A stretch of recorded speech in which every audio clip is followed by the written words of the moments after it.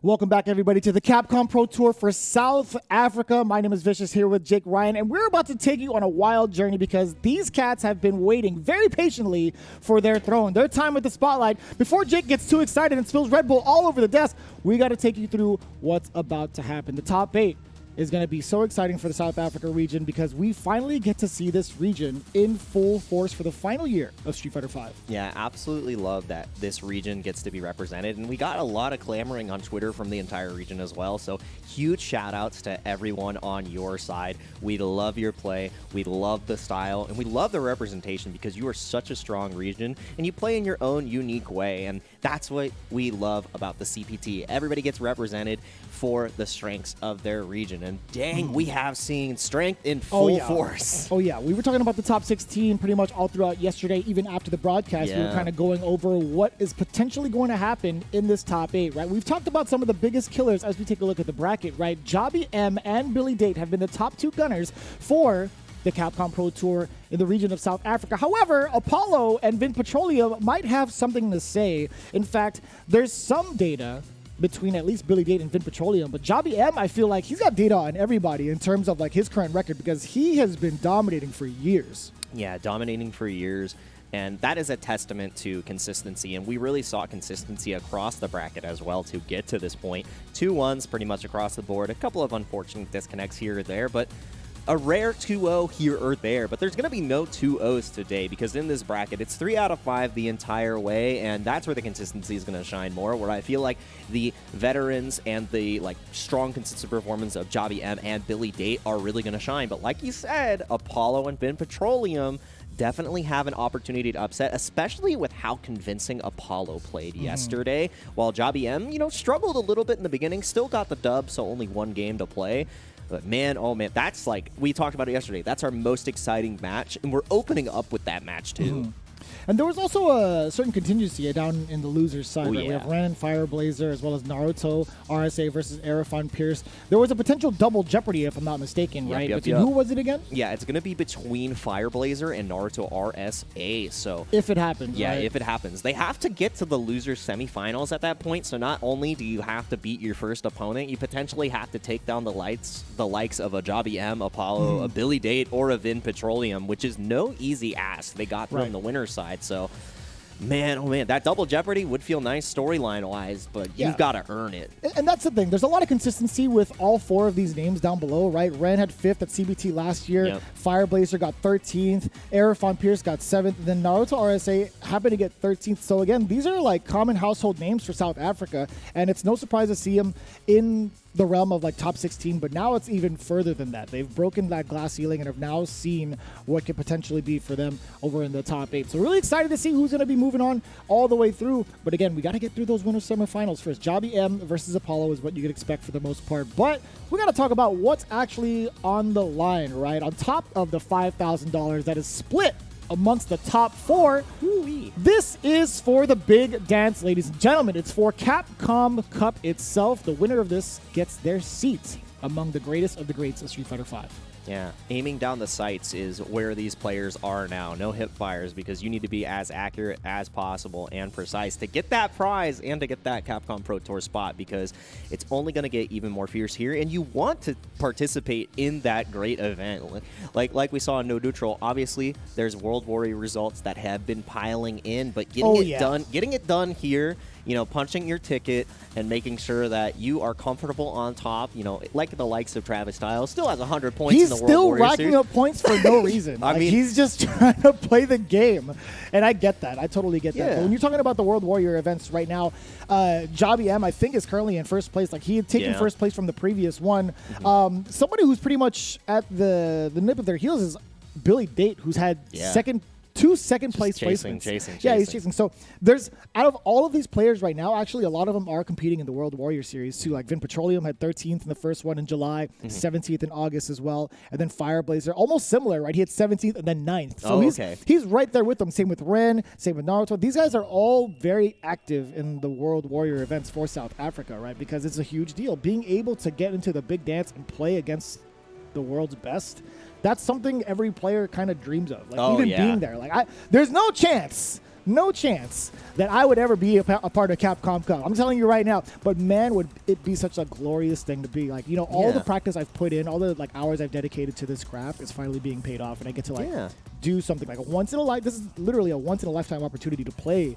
amongst like this group of elite players. Yeah, the prestige you can potentially earn with steady improvements is it's a feeling like no other. And I love that you bring it up that way, because even though we've seen 17ths and 9ths and 17ths and 13ths from these players in the losers bracket, that steady improvement we've seen consistently get better because there's no 13ths or 9ths here or 17ths. We're in top 8. That's exactly it, yeah.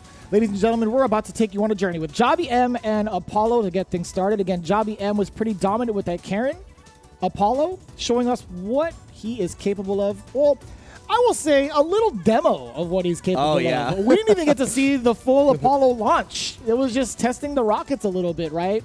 Yeah, testing the rockets indeed, because every anti-air was on deck. We got to see Guile go to the sky, and I've never seen a medium kick that like utilized it's that so way. Far. It's like jump back jab for like a quick normal, but now you're looking for like the range. It's like this guy's got it covered. Yeah, this guy's got it covered, and Jobby M has us covered with how he feels about this match, and I'd love to see how he goes into this, especially with how he performed yesterday. Oh my God, just aiming, huh? Right down the sides. Watch your toes, face, and don't whiff. Sounds like good advice, but it doesn't mean you will win if you follow it. I'm just a different beast this season. You might as well just say, like, it's everybody has a plan until they get punched in the face, essentially. Yeah, that's exactly what was going through my mind, because hey, just don't whiff, block every medium kick, and then just hit them as hard as you can. Yeah, it's like you might have a game plan, but as soon as the round starts, everything's going to be a whole different story. Yeah, it's time to scramble. It's time to rough and tumble, and Jobby M is going to be looking for those opportunities. Don't whiff. That's something that Korean players didn't have to think about as often before. But now that low forward has a little bit more recovery, you actually can go for the whiff punish, and Guile has a lot of tools to really deal with that, so Korean's got to navigate this situation pretty precariously. And if we have a couple of the slip-ups that we saw yesterday from Jobby M, and we from get his match against Ren, we get the full version of Apollo, no demo, no timer on the screen to like cut out when it's like, thanks for playing. It's gonna be interesting how this shakes up. It's going to be weird. I think, him directing that kind of statement to someone like Apollo is going to be interesting because of the fact that, like Guile's normals are a little tough to whiff punish. Karen, there's a lot more leniency to it. And for the most part, it's like Guile players will be throwing out booms more often than they'll be throwing out normals, I feel like, up until the point where they get you in the corner or they've got you in fear of the projectile. But for the most part, again, this is the matchup we could expect. Personally, I think Karen struggles a bit in terms of this matchup, right? We've seen how much of a presence she has from like mid to close range. She does have buttons that occupy that space, but it's a lot more dangerous this season because of the fact that it lingers that much longer. We're going to see Apollo pretty much dance around the ring, the Street Fighter Duel Ring of Destiny to be specific, and kind of set the pace, right? It is. We talk about normals not really whiffing, but they're used sparingly, right? Only within range. And this is such a great pace that Apollo is setting right now. Because of why? The Sonic booms. Yeah, and I love this spacing, but now forced to the corner, double V-shift creates that space, but now stealing the corner, absolutely lovely from Apollo. And again, you can't whiff punish every single time, and no whiff on the side of Jobby M this time for the low forward. And this is fine. Did you see the defense from Apollo? He was taking the throws, and that's fine. You're actually forcing the meter usage against Jobby. Yeah, meter-efficient defense right there in the activation station, but the anti-air right there, jump back jab. Yep, no pressure started for you. Yeah, it's jump back short. Uh-oh. Yeah, he does have a couple booms to back it up. The overhead does get interrupted. That could have been huge. That was a counter hit. But Jobby, that's the second time he's delayed his low forward to check Apollo's movement, so he does have a solid idea of where the cracks are in Apollo's defense. Yeah, and that change in tempo, just ever so slightly at this stage, really catches your opponent off guard, and I'm loving this from Jobby M so far. No misconfirms on the Rekkas. Obviously, yesterday we had a Rekka confirm, but it was just completely blocked, which got him hugely punished. And none of those mistakes today, warmed up and ready to go for top 8. That's what I like to see. A lot more of a sharper Jobby in terms of performance, right? There hasn't been a lot of normals that are whipping. He missed a little bit of a read on that against Apollo's defensive options. Speaking of defensive options, EX Flash Kick finds the mark. Yeah, and I love this right now. Still has the full stock of V-Trigger available. What a crush. But you have to be so careful here. Any low forward into critical art will connect right here. But now locked under pressure from all the booms. Too far. Yep. No whip punish. Oh, yep, and that trade is all you need at that point. Going to the last round in this first game, you know, striking back and forth, and I'm loving this. The lack of a whip punish there didn't end up mattering for Apollo because he got the trade after walking up so confidently, and you have to go for that walk and block game, which is so good so far. Already spending a lot of the meter from Apollo. And speaking of a lot of meter spent, Javi M striking first, getting good frame off the Orochi, but mostly the corner carry is the problem. Moving. Yep, moving for the stun. The scaling is not the same. Are you going to go for the reset? Yeah! That was a very Karen player thing to do. I see. Yeah, and Apollo was definitely ready for that. Going for the hard read with the EX flash. And yeah, you read it like a book. Karine always wants to go for those cheeky little resets. Knew that the damage wasn't going to kill, but Apollo's on the next stage, and we're going to the next game because you got to be careful with the booms at that range with the bar. Karine has the answer, and Javi M has already represented that once in the first round. It comes out once again. You cannot test this man's reactions. Everybody's got a plan. Don't whiff because I'm ready to get the hit. Yeah, that's one of the biggest things we were talking about earlier, like right before the match started. It's like, what are you going to do about the Sonic Boom? Granted, he had to build that meter to have that solid answer, but I think every other time when you look at the pacing, it was in Apollo's control, like specifically the first round, up until the meter was gained from Karen. Right? That's the biggest change in the matchup. It's like, as soon as she has that, she can blow past a misplaced Sonic Boom, and then get in this point situation right now. Look at how effective she can be once she locks you down. Yeah, locked down excellently, but again, Apollo busting out consistently. That's 100% flash hit rate, and that's going to be important to watch because Javi M, if you can't dissuade the side of Apollo from doing the flash kicks, then it's going to be incredibly difficult to keep your offense, but now cracked open by the boom, well placed this time, so much on the table. Goes for the full extension. Oh, he dropped! Oh, you're actually dead. How did that happen? Those are critical mistakes that cannot fly. The only one flying right now is Apollo in the no-fly zone after that flash kick. And like we said yesterday, Javi M was the one with those critical errors. And now Apollo's the one on that side. And every single anti-air, Javi, oh my god, the patient shimmy. Well, that's fine with Apollo, right? Yeah. He wasn't really going to go into that. He wasn't going to fall for that throw bait. And I like that's the space I like to throw the booms. Oh, boy. How often has he been caught with standing medium punch, trying to dash in, or even a crouching one? Again, a big interruption from Javi M. Any confirm will do it. That could have been it. Yeah, definitely had it on the table right there. A little bit of a delay. Has almost a full meter, but it doesn't matter. Maybe anticipating a boom, but it didn't even spend the bar. Just the confidence to follow up with the critical art. I am loving this from Javi M. Yeah, that was an amazing read. Like when you throw out the Orochi like that, it is obviously in anticipation of a Sonic Boom because you're going to be low profiling the fireball altogether. Yep. So that was going to be just fine. Like you just back it up with a double quarter circle forward buffer. Yep. Whether it hits. So that was, I think it was a good call regardless, right? Because you're only -2 after that. You do chip damage, significant pushback. It wasn't a bad call just because it's like on hit or miss just because it moves him away from the corner, right? Yeah, takes him out of the corner. And with all the health that Javi M had too, even in that block situation, say you get contested, you're not dead, you're out of the corner. Or like away from the corner. Yeah, exactly. Like it takes one more interaction to force you into the corner. So Javi M definitely okay with that read because the risk reward in their favor. If I hit, I win. If they block, all right. Negative situation, they get to take their turn. That's how often I would love to see whether or not Javi has like a significant read on some of his opponents to do something like a -2 scenario and then EX% hug. Oh yeah. That's a classic example of like stealing turns when you're not supposed to, right? And that sometimes works in like higher levels. That's like the curse of knowing frame data.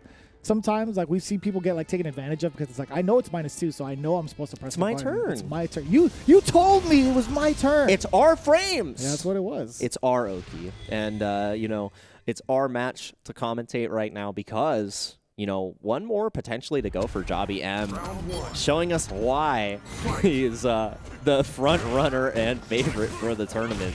This is looking so good. The raw sweep at the beginning, that's just some confidence right there. That was actually a whiff punish on the Sobot against Apollo, right? Again, he's already been advised once you cannot whiff punish. Yeah. Sorry, you cannot whiff anything because he will punish. Yeah, and that's the second punish on the Sobot too. Before it was the low forward, now that was the sweep for the knockdown. But Apollo again getting this screen real estate, but now beat trigger for Kareem. Interesting. Didn't even spend the rest of it for the Rekka. Or at least try to, use any of the enders. Yeah. Oh!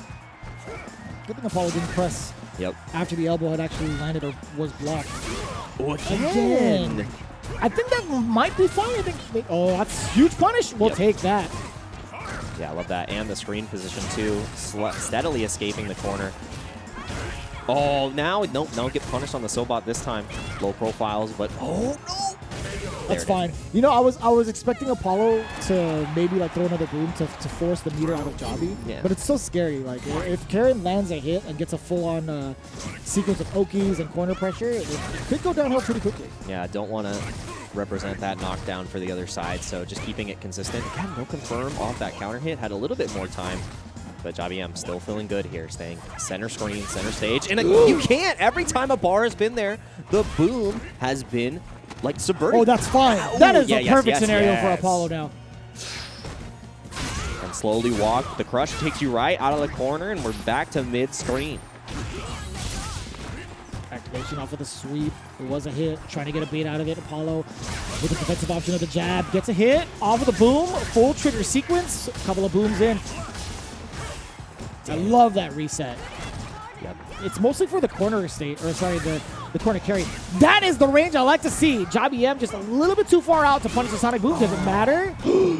The throw would do it. Oh, that was a big call out. And the thing is, it was 100% hit rate before this, and Jobby M putting Apollo into a false sense of security. All these booms would work. Good old reliable flash kick. Nothing beats flash kick. And finally, Jobby M puts the false sense of security on Apollo, and now set point. Very important tech. Jobby M still gets to apply even more pressure. Look at the damage off of the Senha afterwards. Trying to find out. Apollo's creating that space. Jobby gets a big hit. No! What? It's happened! One more time. I don't even... Jobby M, what are you made of? And there it is! I gotta go. The first EX for Senha I gotta go, chat. on defense comes out of Jobby M. We had about 5 EX flash kicks from the side of Apollo, and Jobby M says, I only need to bust out once. And everybody's got a plan until you get hit with that EXDP. And the EXDP, the ace in the hole, gets the ace to the winner's side of this bracket. Continuing on, Jobby M. I don't feel safe. After that corner situation? You guys forget that technically Karen has a command grab. That was messed up. You guys forget about that. That's like Hooligan Jr. right there. Well, how did that even happen? I don't know. I know how it happened. It's more of a rhetorical question, but we'll get into that after this replay. But for the most part, Jobby M pretty much in full control. Like we saw the handshake in the beginning with round 1. I think Apollo had a lot to say in terms of trying to keep Karen at bay with the Sonic Booms. I think his activity with normals and the placement of it were pretty on point in deterring Jobby M from playing offense. But overall, once Karen finds that singular hit, we've seen how much of a truck she can be. She just deals so much damage. Yeah, starts unloading, and I feel like the difference maker between yesterday's Apollo and today's Apollo is that even though the boom game was established, we didn't see it get contested yesterday. Yeah. And Jobby M had the answers. Oh my god, I had to see it again? Come on, man. Mixed me out of my cleats. The combat boots are off for Guile. I was gonna right say now. you were in cleats at the studio? Exactly. You ready to run some I gotta keep my feet glued to the floor when I'm playing Street Fighter, because you know what? Glued to the prize, eyes ready. It's Jobby M. What? Nothing. Nothing. Nothing at all. 3-0. So you weren't kidding when you said we weren't going to see any 2-0s, but we're evolving now. 3 out of 5 all across the board is 3-0. Not the kind of results that I was expecting. I think even though it was a clean 3-0, I think there was still a lot to be said with Apollo's gameplay in contention of what Jobby M is capable of. There was a significant deterrence, right? You had the Sonic Boom played out a good amount up until meter was held. I was like, all right, well, now you have to understand what ranges you're susceptible to getting blown up, right? Mm-hmm. I think his normal placements were pretty powerful, like his crouching medium kicks to keep Karen at bay, to stop the counter poking was pretty good, pretty on point. But it's all down to like what your defense is in the corner now, because she could be a frame trap monster, she could be a whiff punish monster. It's just so much when you're forced in that estate and you don't have that much leeway to move back and force those errors. You're literally at the wall, so it's like you can't do much. Yeah. But that's just how it works when it comes to playing against Karen. It's not going to be the last we see of Apollo, obviously, because that was from the winner's side. But we are moving on to Billy Date versus Vin Petroleum. Yeah, and yesterday we only got to see the M. Bison out of Vin Petroleum, so we were talking about it yesterday. We want to see the Rashid. We see the picture on the screen, and Billy Date didn't play Ed yesterday either. So now both characters are going to be represented. We thought that he would switch to the Ed after, a Monot loss, but the Zeku came out. So beautiful. The depth of characters is huge here for Billy Date because, Vin Petroleum has likely seen the Ed perform before. That's what helped him with his victories. In the past, the Ed was the key. And, we're going to see what the key to this next match is from the perspective of Billy Date. All players in top 8 know each other very well. It's going to be lit. Oh, yeah. Vin Petroleum is my cousin?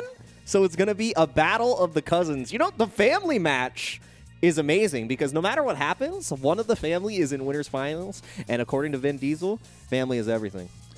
Damn, I didn't think about that. I actually didn't think about that. That's pretty good. But it's Vin Petroleum, so maybe family doesn't matter to him. Like, I don't know. Maybe it's a little different this time around. But one thing I do want to note is that on record, like, sure, they've had plenty of games against each other. For God's sakes, they're related. Exactly. So on an official standpoint, I can't really say. But from what has been recollected on FG Combo, the last time they played each other in an official position, it was at the Rage WFN Punish episode 1 in 2020. Wow. Actually, in the losers quarterfinals, they had met up, which is very interesting because it was 2-0. It was a 2-0 sweep from Billy Date. I don't know how the score has been between these two since then in an official platform, but as it stands right now, this is like the most official, right? Here in the Capcom Pro Tour for top 8, this is going to be pretty exciting to see. Battle of the pretty much the blood, really. Yeah, battle of blood, battle not of the Bay, battle of blood between these two. Will family overcome? Definitely not, because one has to go to the losers bracket, and that's so cool. I love that because, the fighting game community and sharing it with those that you love is great. And like you said, the last official match they played was 2 years ago. This is a different game at this point, so let's see if the difference has been decided. Yeah, and I'm glad that it brings out the mains out of both players, right? Vin Petroleum, right? He kind of talked about Rashid being on the docket, but his Bison was more than effective. They got him up to this point, but here comes Billy Date now. We talked about it, early aggression. We've seen what he's capable of on offense, but now Billy Date, the one taking his turns back, bringing it back to the mid-screen. Yeah, and I love this from Vin Petroleum. And the thing here, too, is yesterday we saw a very heavy, normal-focused game from Vin Petroleum. I want to see if we get that same case here, but we've got a case. When the brother beats you up, he gets you with that nice uppercut, and the parents separate you. That's what we just saw there. Break it up, back to mid-screen. We got to start over, all right? No more scuffles. And that was a blatant call-out, too. Yeah. You notice that Vin Petroleum is keen to throwing out some of these psycho axes in certain places, so Billy Date having the right of mind to use that nuke to jump to his advantage. EX knee snap, sir. The scissor kick. Knee press nightmare. Thank you. That's what it was. Thank you, Brain. Sometimes we need a little more brain power. It is early. Remember, we just got a donut the last game, so maybe a little more sugar in the system, but a little bit more meter spent on the side of Vin Petroleum. This featured activation, and no, the V-shift answers both. I like that. Uh-oh. The Jacker Fool. He tried to do it again! Yes, I love that answer. Oh. He still got trigger left. Yep, and in the corner. The corner carry was the most important part here, and Ed is starting to shine as Bison. You really challenged there? Pretty good idea. Oh my god. That was insane. And the throw tech was huge. And that was actually a little cheeky. Billy Date thought he had Vin Petroleum shook with a little bit of life left, but Vin still being able to check the dashes. Crouching medium punch pretty much spelled death for Billy Date. Yeah, and that's the thing about this matchup. These players definitely have to, have an intimate understanding of each other's play styles because, family, you're going to be running this match all the time, and it's a mind game that you typically wouldn't see at this level.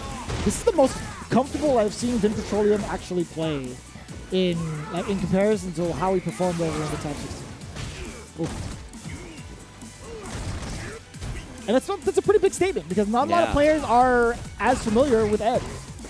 Yeah, and I mean, with that familiarity, I feel like this is potentially the Oh, best boy. bracket situation for Vin Petroleum, but you still got to beat Billy Date. And making a good case right now, but you have to walk out of the corner. That walk speed is definitely a detriment for the side of Bison. Oh, no. That was actually a pretty good angle to get the jump in. And now it's all flicker pressure, a good amount of chip. And again, the reads from Billy Date, knowing full well when Vin Petroleum wants to go for that trigger activation. Yeah. That was a cry for help, and he answered with a jump roundhouse. Yeah, as soon as you see those 2 bars, you got to be looking for that sweep. Covers the most distance and helps out with the walk speed from Bison. But Billy Date on the next page already says, "I've already seen your playbook. We wrote it together. Yeah. So you better turn to that page you didn't share. You know, the private second. It's got the lock on there. What's the password? 1, 2, 3, 4. You'll never figure that out. It's backwards. It's back 4, 3, 2, 1. Yeah, that's the advanced tech. Ooh, Ooh. That was a very sick trade. I like actually. that. Yeah.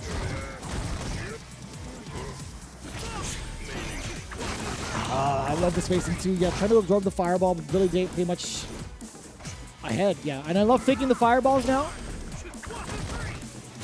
Ooh. No, sir. No, sir. Can't use my fireball against me.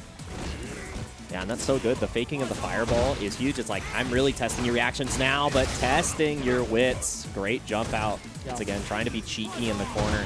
Trying to steal turns, yeah. No way. Yeah, you are That's super so dead. much damage. That is so much damage now. I just love the kind of damage output Ed has. Yeah, people continue to post on Twitter like these super high damaging Ed combos that are available utilizing the V-Trigger, but he has it without the V-Trigger as well. He has it a lot more available off of the light routes, which is pretty important now. So Yep. just the damage consistency all across the board, like that's been the biggest change for a lot of these characters.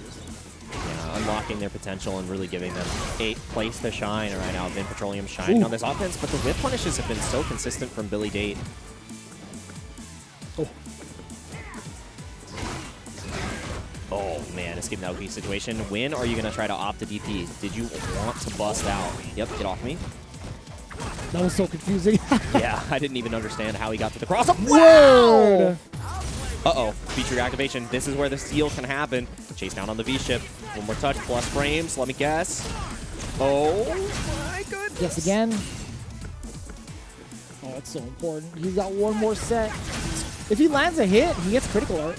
Oh, boy. Put himself in pressure. He can do it 2 more times. Looking for the touch, and I love this He can't decision get critical from alert. Vin. He can't get critical alert. You have no V. You can't block. If you jump in and critical alert right on top of their face, I don't know if they get uppercut. Can they? No, they probably could.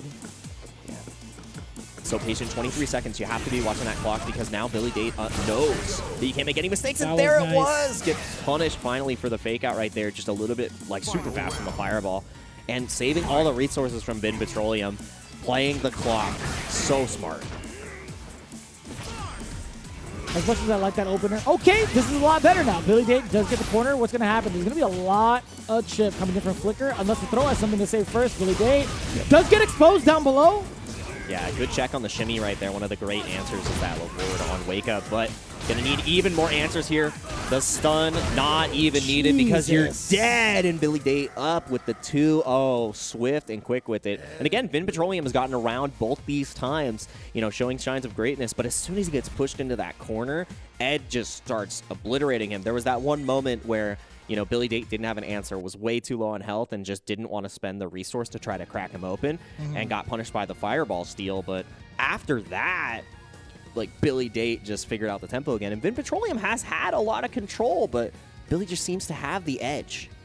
There has been, I feel like, just a couple of seconds that pass until Billy Date gets you into the corner. I don't know where that control that you were talking. So you were talking about the control in previous rounds, but Yeah. I feel like towards the end of that interaction, it's just been all Billy Date. Like, Yeah. There wasn't even a chance for Vin to even play. Yeah, it was like in the beginning there was those glimmers, but then Billy Date, you blink and then you has him in the corner already. I wonder why that is. I think there was a good amount of offensive layers that were implemented from Billy Date, right? That he wasn't afraid to show off like the card of throwing Yep. against Vin Petroleum.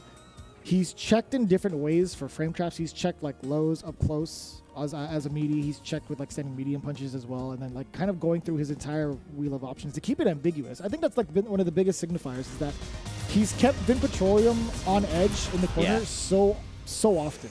Yeah, and that was like you said it better than I could have ever ever translated it, because in the corner, the first situation, the grab was just so ingrained, because the first time that Vin tried to jump out, crouching medium punch was already there, got a quick reset, and then grab came right after. So you can't jump, you can't block, but you can die. And you know, do or die right now on the Rashid in the pocket. What is The Walking Dead? You can jump, you can block. There'll be plenty of that. But you will die. Oh man. And again, it's just Vin Petroleum has not gotten an opportunity to play. Damn, the frame trap, and still not within range of grab. Oh boy, taking you for a ride, that is for sure. Worth the meter, you already know. Air no footsies. quick rise, it doesn't matter. Vin Petroleum. This is what I said I wanted to see yesterday, the air footsies, but you know what? The grab being represented once again. Billy Date now on set point. I don't care how many air footsies you have, ground-based gaming. That was actually a slight mishap on Vin Petroleum's behalf, too. Like, had he not missed that sequence, it would have been big trouble, because he could have gone into anything that was like a block string, or even like slightly unsafe to activate into trigger. Yeah, and that next touch was stunned too, so it would have been a different story without that mistake. But in this stage, you cannot be making those mistakes. We saw it with the flash kick earlier on the side of Apollo.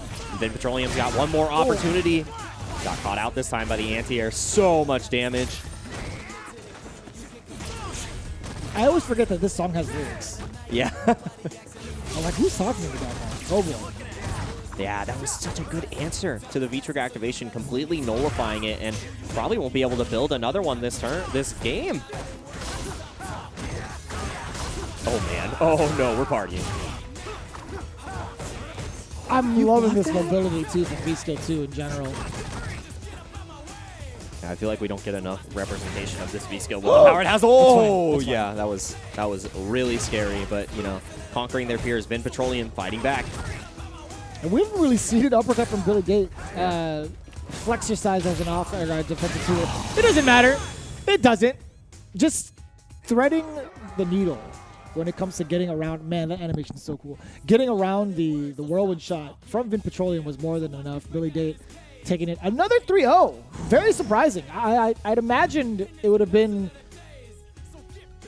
a little bit more of a fight. I feel like with the way that Vin Petroleum was navigating and piloting that Rashid, there were only 2 slight mishaps, and Billy Date pretty much ran with it afterwards. Yeah, and at that point against Billy Date, again, who is one of the favorites for the tournament, you make that mistake, and Billy Date is going to be sending you packing, because, like, looking at this replay, like you said, there were these giants. The Bison did better than the Rashid. There was so much great movement from the side of the Rashid, but not able to close it out. And changing at this pace, especially after playing the Bison all day yesterday, I mean, Billy has to be used to that Rashid, right? Like, if you're used to the Bison secondary, you have to be used to the Rashid from your cousin. So, yeah, the familiarity definitely paid out for the side of Billy Date, and it was just all lights out for Vin Petroleum at the end. Just didn't even end up getting around on the Rashid, which hurts, but that's the matchup that we expected to see in the winners finals. Javi, Billy Date, tail of the tape.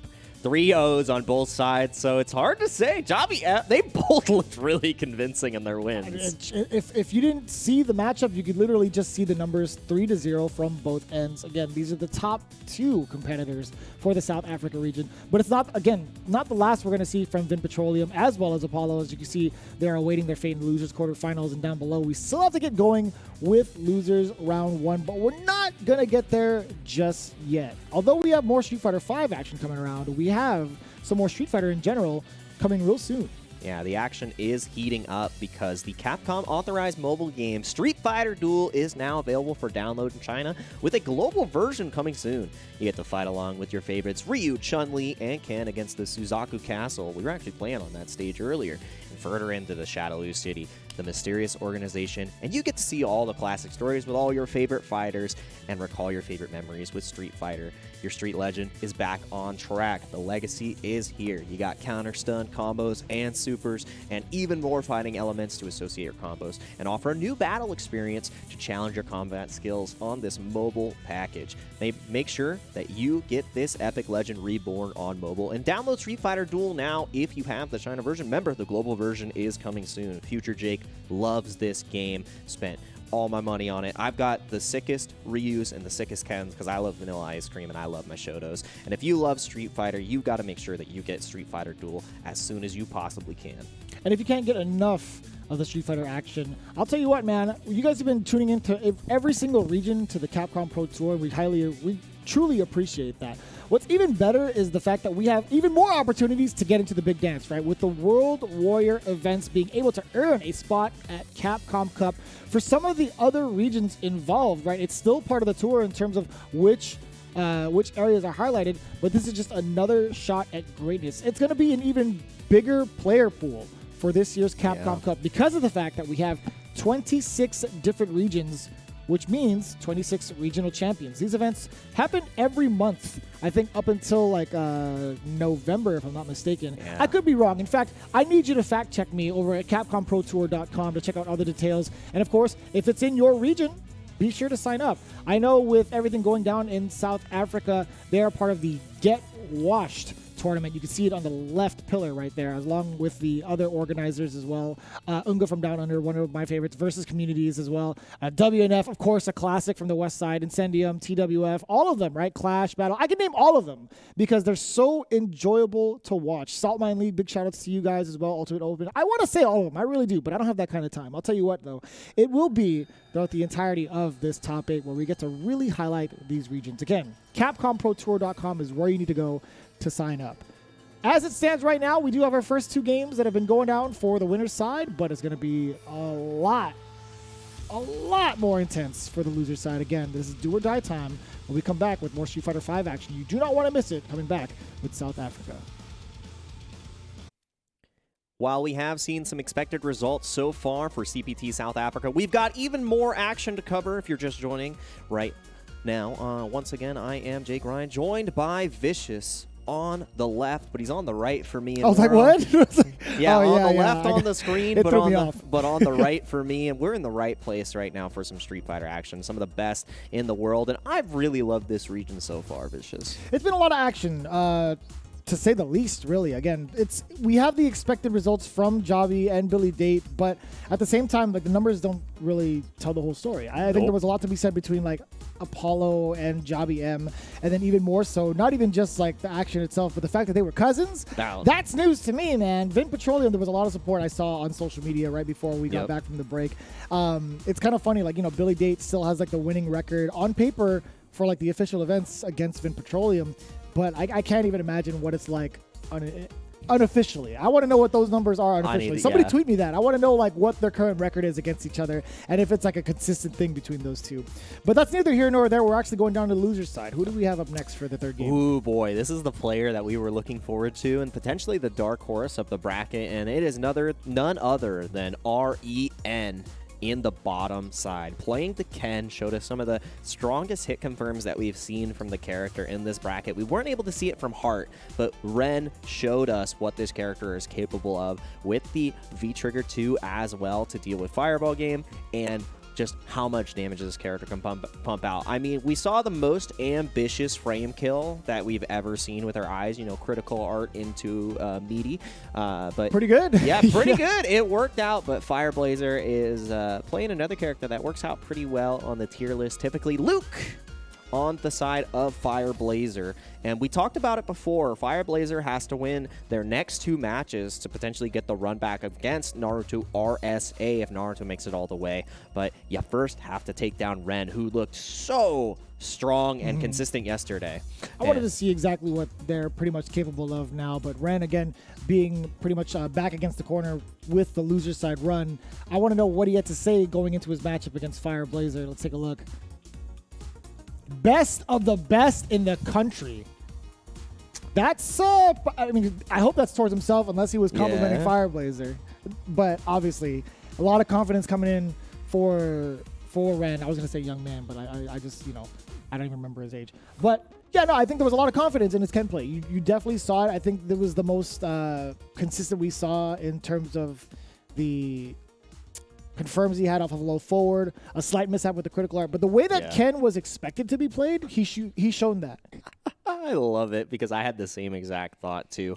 You know, the confidence, it not only emanates in the play, but it emanates in the Haircut. the picture and the haircut. You know the Chad picture where it just like slides down and it's like all the different angles? That is Ren to me. I like that. Because Renowned gamer, by Renowned the way. If you don't know his actual best handle, of the renowned best. gamer. Best of the best in the country. I think that had to be a statement about themselves. And, you know, that kind of confidence is needed at this level because it was reflected in the play. You do not have an opportunity to hesitate against players of this caliber, and there was no hesitation in the decision-making from the side of Ren. You know, one mistake, that's all right. Everybody can make one mistake. Just don't do it consistently. Yeah. And Ren has showed us that the consistency is a positive trend. We can talk about that consistency with Fireblazer as well, right? We saw his matchup against Soap in the top 16, right? He had the peripherals tested on against him, made that big comeback, had to play off against the bigger character Abigail with Psycho 9, made a complete wash against him. Oh, yeah. That was actually pretty clean. So now we get to see whether or not Fireblazer gets to have that kind of run against someone like Ren. And again, starting out with, this is going to be a heavy normal game. I believe staying at this kind of a zone. Ken's going to be utilizing the fireballs to get a little bit of extra range, but the jump in immediately against the loop. I feel like there was enough time to, like on the recovery, to get an uppercut. But maybe I'm wrong. What? That was cool. Nice whiff punish. Once again, and again, the offensive reads from the side of Ren so far have been so good. Checking the throw, and again, meaty into the throw. You can't escape anyway. Fire Blazer with the optimal meter build on the side of Ren, just crumbling in that first game. All started off a jump-in. 2 jump-ins, actually. One on Oki, one in neutral. And again, the jump-in! Ren just reading him. You pressed the button after a plus scenario like crouching medium punch? That was actually pretty cool. We'll take that. Love that. Sometimes you have to subvert your opponent's expectations. You're not supposed to press there. I'm going to check them, and that is a check on the DP. Great block from the side of Fireblazer, and just pumping out the damage, 30% on deck. And the check on the movement, low forward into the full sequence of trigger. It's going to be just fine for Ren now, reclaiming his space, reclaiming his momentum. It's all going to change now. Fireblazer with this trigger is going to be so much of a presence. Little Barrack, no response. Another jump in, but it's still blocked from Fire. Oh, no! Don't drop it this time. Doesn't even spend the critical art. There's no drops needed. I'm going for the easy stuff because it will kill. And Ren taking that first one. Fireblazer, once he had the V-trigger, was finding a lot of great opportunities. Challenging on the plus frames as well and making Ren second guess their offense. But there was no second guessing there, even after the blocked uppercut. Not deterred, still confident in the approach. Even before that, I think there were 2 opportunities that Fireblazer had to do low forward Sandblaster canceled into Thermal Barrack. I think there was a significant opportunity there, right? Like, say you let the first one fly, sure, whatever. You get the second opener, though, that is significant extra damage on top of that. You get to blow them back 3/4 to the screen. Then you have at least another Thermal Barrack to apply that pressure from 3/4. It's like now you get to chip away at Ren at near lethal, essentially. Yeah, and it was really rough for Fireblazer too, because it all started off the back throw from Ren for that match. Because if you got that corner position and made Ren a little bit more hesitant with their health because of the extra damage, probably that back throw doesn't come through. But Fireblazer cracking just a little bit. That's the anti-air we needed to see. Not an uppercut, but back medium punch, sure, I guess. Yeah. We might have been able to get a cross-country, but either way, I love the overhead. That was a lot of ambition, but I'll tell you what, you miss 100% of the shots you don't take. That was a good call out there from Fireblazer. And that was the second counter hit overhead that we actually saw from Fireblazer. So, just sending it against Ren, it's worked out so far. See if we see it some more. Ooh, what a whiff punish. Back throw. Into the corner. Man, that's so far. A lot of extra damage. Throw will do it. I think we're going to go for overhead, maybe. We'll take that. I love that V reversal right there. Keep him stuck in the corner. Going to get a lot of time back on this stun, though. One touch away from death, though. Fireblazer has to be looking out for that hit confirm. And whip punishes have been on deck excellently, not only on the low forward, but the standing medium punch. That's huge. Oh, yes. Oh, no! That was so cursed. No, what are you doing? Maybe a little bit of hesitation because of the drop yesterday? Nah, probably, possibly. Oh, man. I don't think you could really, I don't even know how much meter he had. I mean, he had full critical art, but after the V skill, I don't know. I think you don't really get to juggle like that. I think it would have been a little tough. He wasn't in trigger, so. True. He wasn't. But still, wow, like an opportunity left on the table. He could have just gone into critical Yeah, without yeah, having yeah. to do like that sequence, I think. I'm almost positive it would have killed if he hadn't gone to that sequence. Yeah, because it was the cross-up off the jump medium kick, which means that he could have literally just ended into DP critical art and it kills. Or like any simple combo, but went for a different route. Ooh, Pretty word? interesting. Yeah. Man got the optimal flash knuckle on CFN? I like that. No B skill required. Only my skill. It's true. Uh-oh. Oh, this is huge. Oh, even bigger. We'll take that. Saves the charge, too. I Nope. love the decision making so far from Fire. Oh. There we go. Yep, get off me. EX uppercut. We'll take that. I'm loving this. Man, the defense right now from Fire is immaculate. A huge changeup. No uppercut. I jinxed him. I absolutely jinxed him. That was the uppercut he needed to take the game, take the round. But man, now Ren is dropping his Oki scenarios. He's not, or Oki situations. He's not getting any sort of meaties applied against Fire.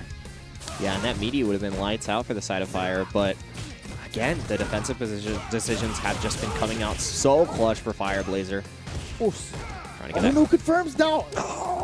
This is not the same Ren we were seeing yesterday because those confirms were on deck every single time off of the low forwards. He is shooketh. A little bit of hesitation. The confidence isn't there.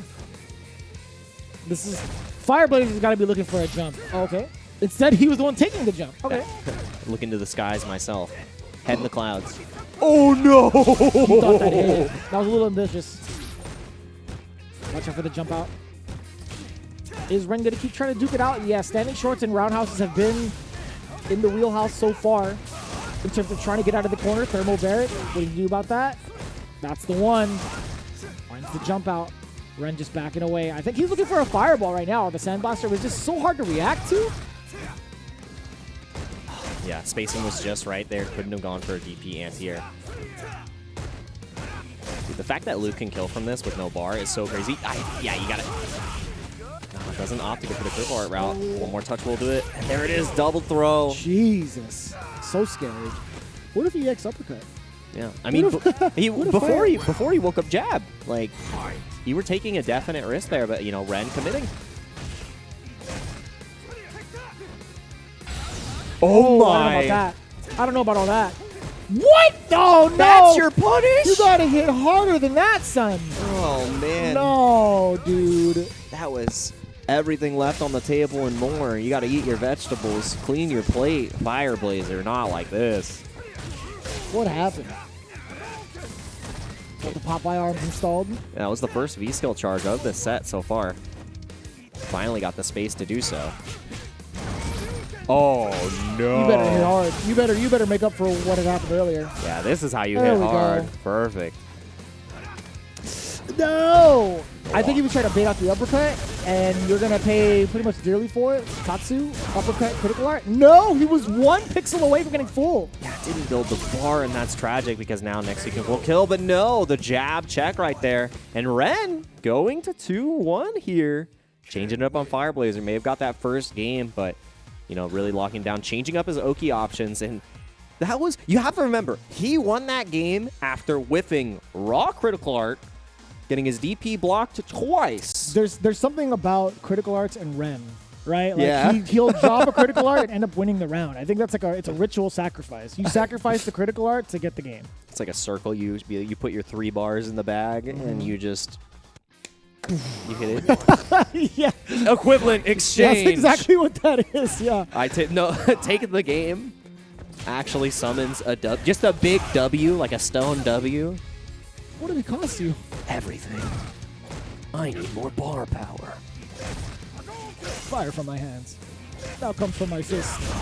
Oh man, yeah, Mustang Junior right here. That's true, actually, yeah. Oh. No. And this is so much damage on the deck. Goes for a reset. We'll take it. I'm gonna throw him again. Plus frames. Dude. Oh my lordy. Set point for Ren right here. And again, this is our first 2-1 of the day. We had 2 3-0s back to back, and Ren showing why he was one of our favorites from the losers bracket to make a deep run. Yeah, and it's kind of sneaky too. He had Fireblazer so shook. Even after that standing light kick, it would have been Fireblazer's chance to actually hit a button. Yep. Ren caught the crush counter, so you saw the reluctancy of Fireblazer, but we're not going to see it right now. You get the big opener off the low medium kick. Try to keep him in check. Hey, we'll take that. Caught the recovery of the Tatsu. Oh, yes, so good. And again, not afraid to check right there. I'm loving this from Ren. Corner carry is huge. The horizontal movement from that DP is massive. And again, the throw game has been so good, taking all these throws. Fireblazer following the rules. That was it. Oh! We'll take it. Crisis averted. He didn't want the critical out. Nope. You know what that... Oh, yeah, we know what... Oh, no! No. Nope. What is happening? Oh, jeez. It doesn't matter. Still able to close it out, and you're right. Every time I see the critical art on Ren, he's like, nah, it's done me wrong too many times. I must give up the full bar to achieve greatness. And right there, the confidence from the side of Ren, really, cleaning it up in those next 3 games after the first against Fireblazer. Going to be moving on, and we expect him to go far in this bracket. And Fireblazer still put up a valiant fight. It was down the first game, but still so good on the Luke. A lot of really great reads, but we didn't see those reads stay persistent through the rest of the set. I really hope the replay operator doesn't highlight what had happened after the missed critical art. I have a feeling in my bones we're going to see it. Yeah, that was so hurtful. I can't believe that. Yeah. We just did it wrong. I think we might get it. If you see how much damage was left... Oh, no. Okay, it's not going to be here.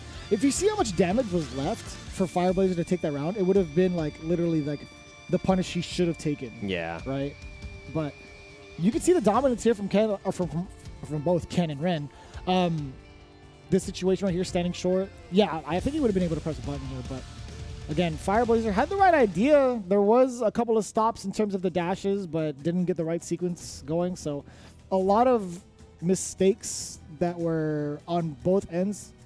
I think Ren was the one that kind of recovered from it mentally the most. Yeah. I would imagine. And that mental recovery is what helped Ren on Ken do it again. And you're going to have to do it again for the rest of the bracket because your reward is Vin Petroleum. We got to see a little bit of the Rashid and a little bit of the Bison, but we're going to be seeing that later. And hopefully Ren can keep that confidence and composure that he was able to develop in those later games for the next couple of sets. And for our next set, now there's no double jeopardy situation. We talked about that earlier. Fireblazer had to make it all the way to Naruto, but Naruto has to find his way to the next match potentially. But Arifon Pierce, had a little bit of a tumultuous day yesterday because it was one disconnect that went against him and one disconnect that went towards his favor. Yeah. Hopefully the connections are stable today because Naruto is here to play. And this Vega Sagat, I love this matchup. It's super turbo all over again Oh, for yeah. me, just looking at it. But no, yeah, I mean, Arifon Pierce has been pretty consistent. We've seen his quote before. He was talking about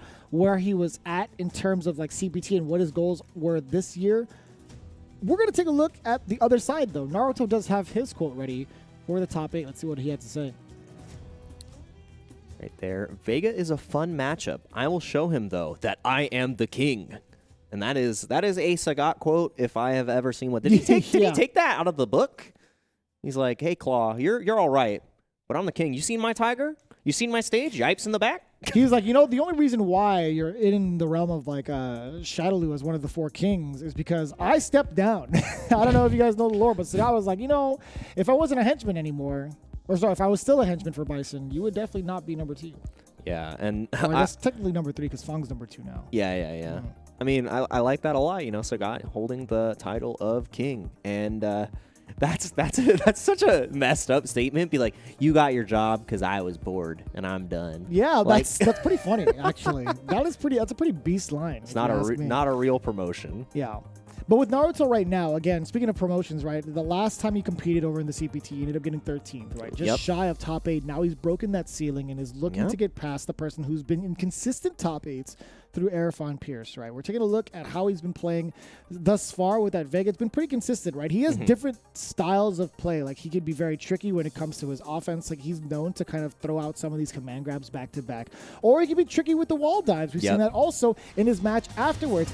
Or he could play it at a very slower pace by just poking or even sliding his way to victory. So we'll see which version of Aerofon Pierce shows up today and if there's going to be enough Tiger Shots to stop him from Naruto. Yeah, I'm going to count the seconds until we see a raw sweep, because before it was 3. I'm going to see if we can break that record. And, you know, the thing from Aerofon Pierce, too, is, like you said, can play at that snail's pace, but also can crank it up to extreme speed. We saw EX after EX after EX, followed up by triple command grab. Like, that kind of confidence to go for that and condition your opponent that way is not easy to do. All right. We'll definitely get that. There it is, the raw slide. It took a lot longer this time, 23 seconds to represent that option, but finally came out. You recovered in time? That's what I was saying. I didn't know the RCF actually recovers that quickly. Ooh!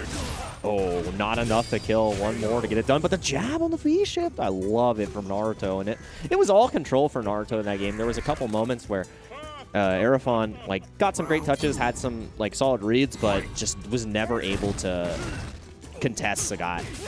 Oh, that's huge. Just in the right spacing. I'm liking the Tiger Knees so far from Naruto, right? Just to kind of close the gap and be within range of potential frame traps, potential meaties. Oh, look at that. And with punishes, too. Yeah, that spacing, it's deceiving because you think you're in throw range, and there it is. Once again, the raw slide and there's the spacing. So many spacing traps that Naruto has taken against Aerofon. He's beating the living daylights out of him. Literally came back to the office in his suit with the eye patch and said, I can see with my one eye that you're not right for this role. I'm going to be taking my spot back. Can I have your mask and claw? Hang them up. Everything in the box right here. I need you to go ahead and retire your mask and your claw. I need you to pack up. Oh, can you finish those TPS reports before you leave? Yeah, we're taking the tattoos as well. We paid for those with company dollars, so really rough. And I love that. You need to finish these reports before you're done. Unpaid. By the way, no quiet quitting. You have to pay us. Yeah, you have to pay us to finish your reports because you're using our computers and software. Yeah. Oh man. Imagine that. God, and imagine the That's change so of pace. Toxic, man. Yeah. Sorry. Good.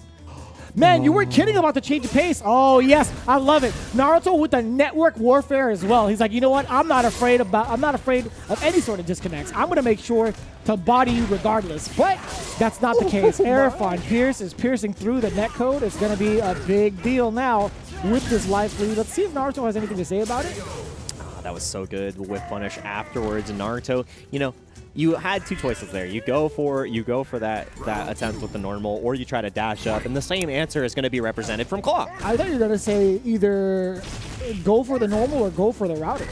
Oh, that too. Dude, my Wi-Fi mix-up. Oh, wow. What a great way to deal with the Tiger Shot, but yeah. Ooh. Check the roundhouses.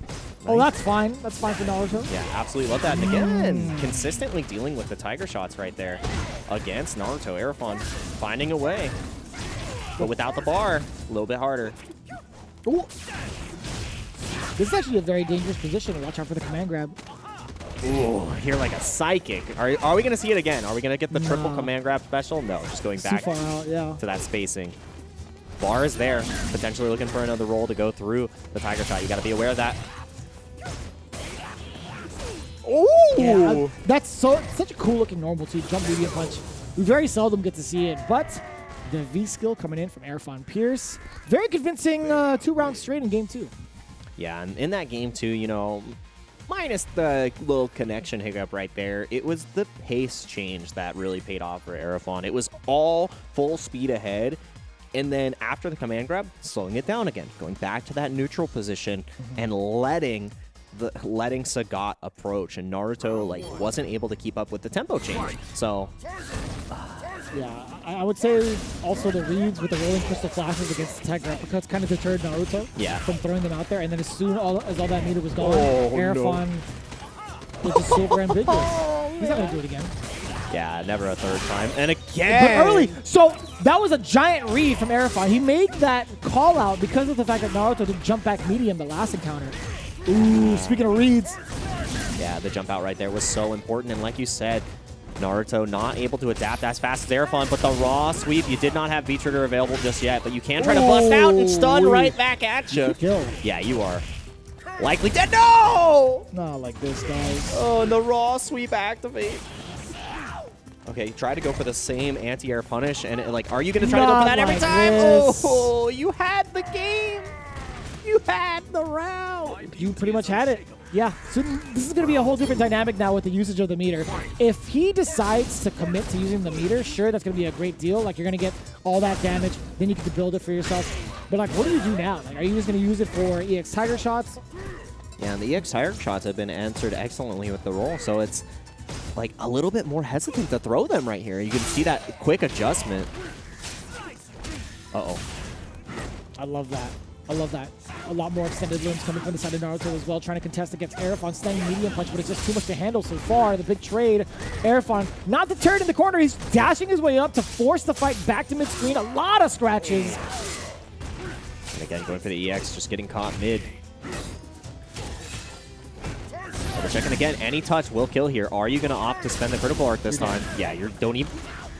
You know, that's fine, but don't regret it. Don't get command grab. Oh, he thought he was going to command.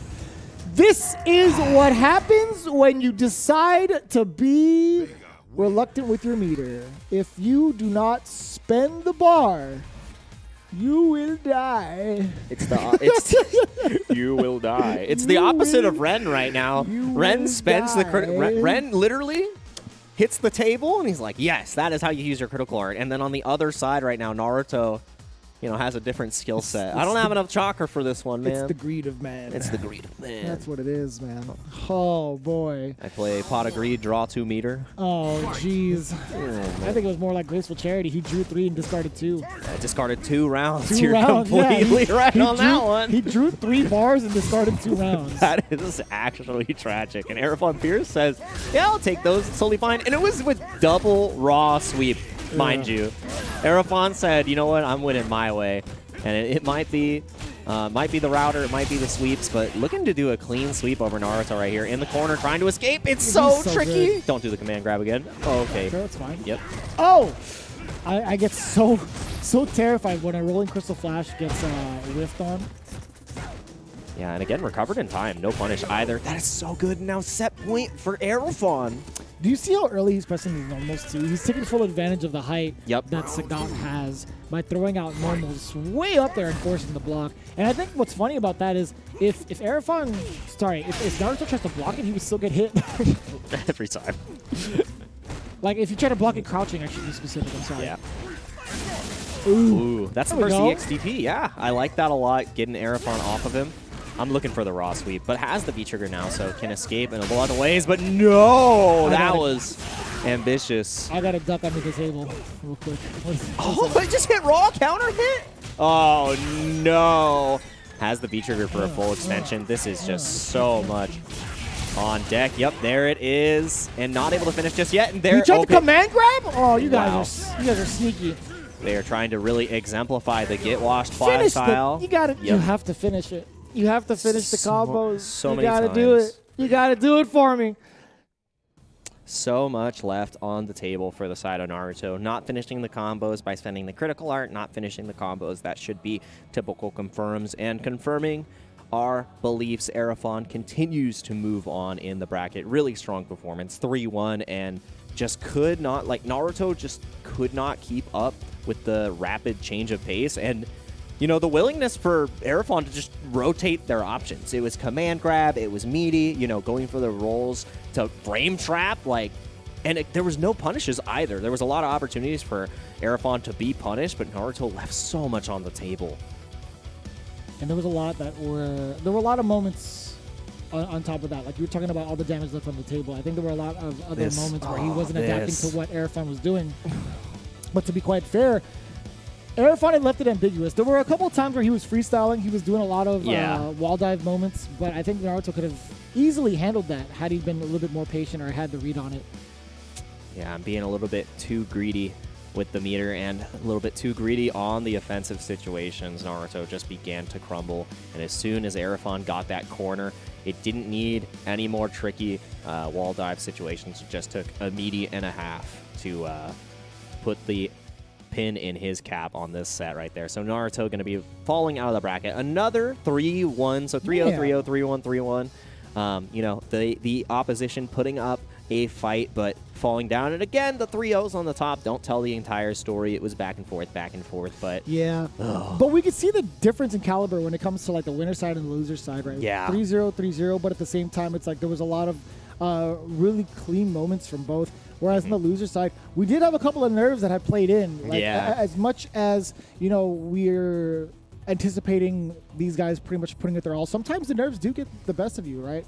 So I don't blame them for that happening. Ren taking it 3-1 over Fire off of a couple of mishaps too. Aerofon pretty much doing the same with Naruto. We've seen how it played out. But if you're just tuning in, we highly encourage you guys to check out that VOD. In the meantime, we are getting ourselves ready for the winners finals as well as the losers quarterfinals. But we're also gearing up for something coming up real soon. That's right, the Street Fighter Duel mobile game. It is the Capcom authorized mobile game. It's going to be available now in China with a global version coming real soon. The epic legend is reborn on mobile. Download Street Fighter Duel now and let's fight for each other and join the journey with millions of players to become the best fighter. And to fight for each other and represent your region. Brazil, your opportunity is coming up. Next week, it is your chance to shine and get a chance at the CPT Finals. That #1 coveted spot can be in your hands. So make sure registration closes August 29th. September 3rd and September 4th is where you're going to see all the action. 1 p.m. is start and 12:30 p.m. is when you're going to be able to see no neutral. Capcom.us//Brazil. Once again, Capcom.us/Brazil. And while we may be going to Brazil later, we are staying in South Africa for today. But I'm going to need you all to stay tight and hang tight because we've got even more amazing matches coming up. Like we said, winners finals is on the way pretty soon, and even more barn burners to approach. So don't miss the action. Make sure you're staying here. Get yourself a Red Bull, get yourself some water, because it is only going to get better from this point. Things are starting to heat up with South Africa. Again, the competition is getting fiercer and fiercer by the rounds. Ladies and gentlemen, Vicious here with Jake Ryan. Again, we talked about who our top 2 players were projected to be from the top 16 yesterday, and lo and behold, it actually came true. I was way off last week with Central America West, but, I got to say, Jobby M and Billy Date pretty much pulling the punches and putting it through fruition. Like we talked about it in No Neutral, who was going to be anticipated for pretty much the winners finals. So this is going to be a pretty big test, not for like these two necessarily, but just for the rest of them. Who's actually going to step up to the plate? I kind of tweeted that earlier. I want to know who has what it takes to step up to the 2 top cut players. Yeah, I know we have the 2 Goliaths, but who's going to be the David of today? Because they may be on that pedestal, but everybody's got cracks. No one is unbeatable, and that's what the great thing about fighting games is, because yes, these players are the favorites. Yes, we expected them to get to winners finals, but expectations can be subverted. And is that going to be the story of today? We literally just saw a lot of really strong play on the loser side, and these players can potentially make deep runs on the side of Ren, on the side of Aerofon Pierce. We can see those like that, their display of skill coming and that steady improvement, but staying steady, obviously these 2 in the winner's side are still the favorites. Yeah, we'll see how it plays out. There were a couple of moments where, the loser's side actually had the advantage. Statistically, that doesn't really happen, but for the most part, if you look at South Africa from last season, Billy Data taking it from the loser side, getting that full reset going. So we'll see how it plays out. Again, we have the winners finals to go through as well as the losers quarters. Let's take a look at the losers quarters, actually. We do have that bracket ready for you. There you go. Vin Petroleum versus Ren, as well as Apollo versus Aerofon Pierce. That's exactly what you could expect coming up. Yeah, Vin Petroleum versus Ren, so I'm not sure if we're going to see the Rashid or the Bison, but Ren on the Ken has been really getting the job done, and, Vin Petroleum, the younger cousin, is going to have to try to get it back up to the top, because you know what, you may beat me once, but you're not going to 6-0 me. I'm going to try to get that run back, but Ren might have different plans, wants to make it the whole way. And I know that the other Ken in the top 16, Hart, had the idea of, I'm going to run rampant in World Warrior. I want Jobby M to win so I don't have to worry. Ren might be the Ken. If Ren sends Jobby M there, Hart's going to be like, you were on the same team. I got you. Come on, man. Come on, bro. Why are you going to do that? I mean, like, even if it's not Jobby M, do you know how many other players are involved in the World Warrior that we're seeing in the top 8? I could list off those numbers again. There's so many more players to worry about, bro. I got to say, everybody here is a top competitor for the South Africa region. Even Billy Data said the same thing. He's like, everybody knows each other pretty well in these mean streets. So it's only going to keep happening even outside of the CPT, especially with World Warrior, with so many more months to go to determine who will make it into the big dance. We got to get through this step first. Bison versus Ken, Vin Petroleum versus Ren. It's only going to get meaner from this point forward, and looking mean so far. Ren has found the answer in all of his matches beforehand, and that is definitely a great answer right there, using a Fierce DP to get a great reversal punish. I love the evolution of this stage from what we saw in the very beginning of Street Fighter V. A very random remark, but I love how it turned out, man. It's reminiscing. Anyways, it was from the first demo too, the Chun-Li versus Ryu. Crazy amount of fireballs on the screen. Just the design. Okay, I'll get into that another time. Vin Petroleum, it's so well designed. Yeah, we see a lot of anti-movement from Ren in plus frame scenarios that Vin has been putting himself in, right? We saw the Psycho Axe pretty much established a couple of times. Ren is still trying to jump his way out of certain things, but Vin's been checking with lights, so he knows the reset's going to be happening. I do like that from Vin. Yeah, loving that from Vin, and I'm loving this varying of jumps from the side of Ren. Double neutral jump, then going forward, trying to bait out Vin Petroleum to be unconfident about the anti-airs and these presses in neutral. So Ren, again, continues to jump in without the anti-airs. Vin can't get a read. Plus frame scenario, checking the movement as well. Ren pretty, okay. I was going to say he was reluctant to move out, obviously, because of the movement checks from Vin Petroleum, but look at all the chip damage and the gray light that's happening. Any one big, if that was a roundhouse as the trigger, that would have been huge for Ren. Again, no anti-airs on these jump-ins. And 10 seconds left. Ren knows that you have to go in now. No whip punish on the throw. But we do get a whip punish off the target combo. Yeah. Yeah, it's a wrap. We'll take it. Don't even quick rise. So the thing is about Vin Petroleum is that it's so much harder to anti-air as Bison. Yeah. Sometimes you would have to rely on the hell attack, which is jump medium. But other than that, he can't touch jab anymore. If he wants to throw out something like a crouching heavy punch, he has to do it a little bit earlier. And Ken can change his trajectory with meter, right? Yeah. Oh, see, that could have been Tatsu, right? Yeah, I think that was an input error and a half. Oh, this is the first big touch that Ren has been able to get. Now trying to get that lockdown. And I love that going straight back to neutral. Feeling comfortable here. Approach. And again, like you said, the anti-airs, it's a little bit harder to get there. So now Vin Petroleum is the one at the deficit in the corner. Ren, are you going to sacrifice 3 meters to win the game? That is the question we have to ask ourselves. Looking for that hit confirm. Sweep activate. Plus I love that interaction too. The crouching medium punch just barely ducking away from the standing medium punch. The bomb has been planted. No diffuse kit. Actually, he did get diffused. That was pretty good. Counter Ken's win. Oh man, now walk down in the corner, but the check once again has a little bit of V-trigger left. Again, the reversal. Oh, and yeah, that was so smart. I didn't even see it. And that is the one time that the critical art being blocked pays off for Renz. We'll take it. We take those. It's been about time, I feel like. Oh, man.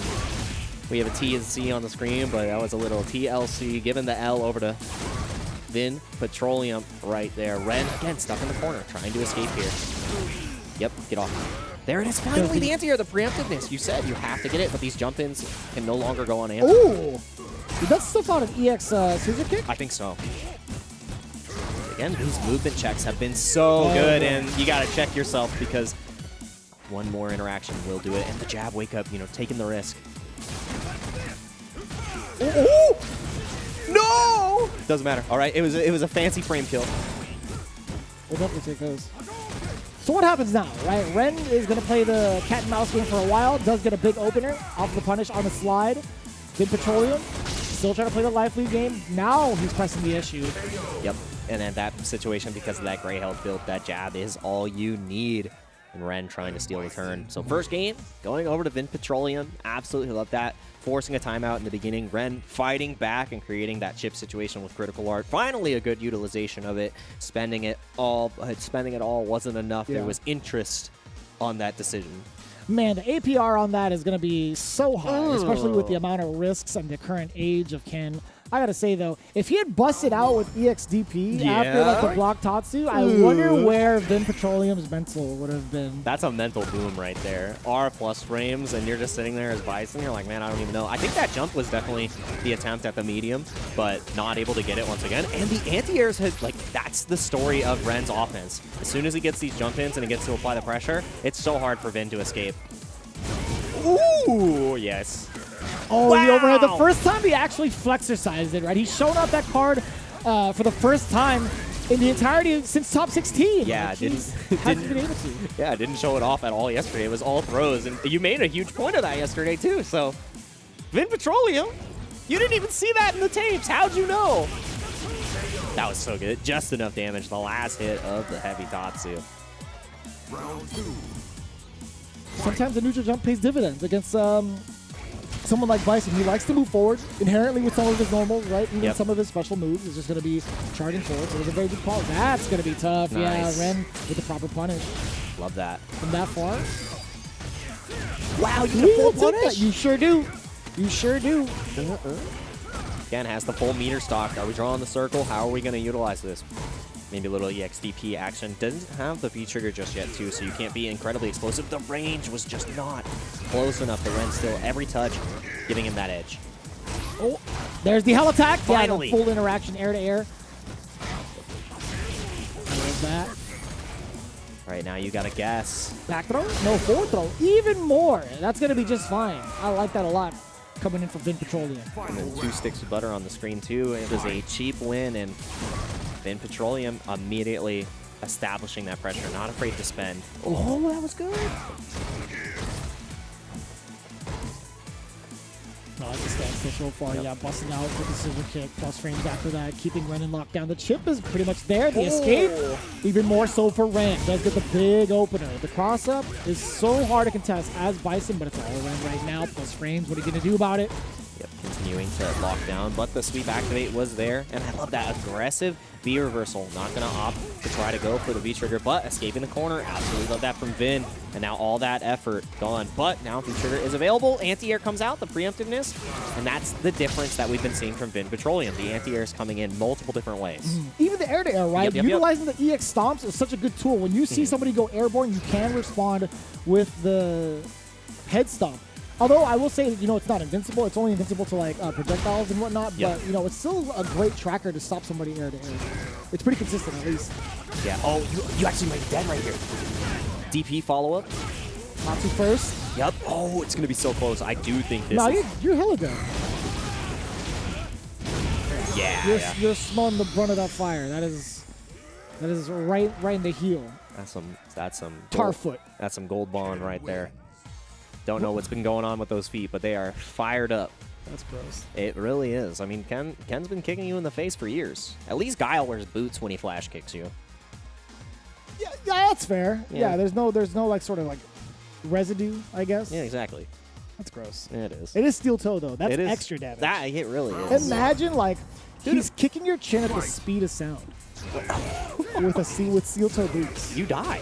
You just EX die. Yeah. I mean, think about it from Rio, too. If he hit you with that donkey kick and the solar plexus wearing those steel-toed boots, I think you'd just break in half. Yeah, he's giving everybody like the advantage by not wearing anything but the gi. And Exactly. and he's even wearing padding on his fist. Anyways, we're going into it. Speaking of boots, look at the amount of chip damage you get from the scissor kick. That's been like the main tool of offense so far from Vin Petroleum. Shadow Axe activation, now checking. And trying to escape the back jump. Still stuck in the corner, but the patience, air-to-air, that trade definitely goes in the favor of Vin Petroleum. Lockdown again.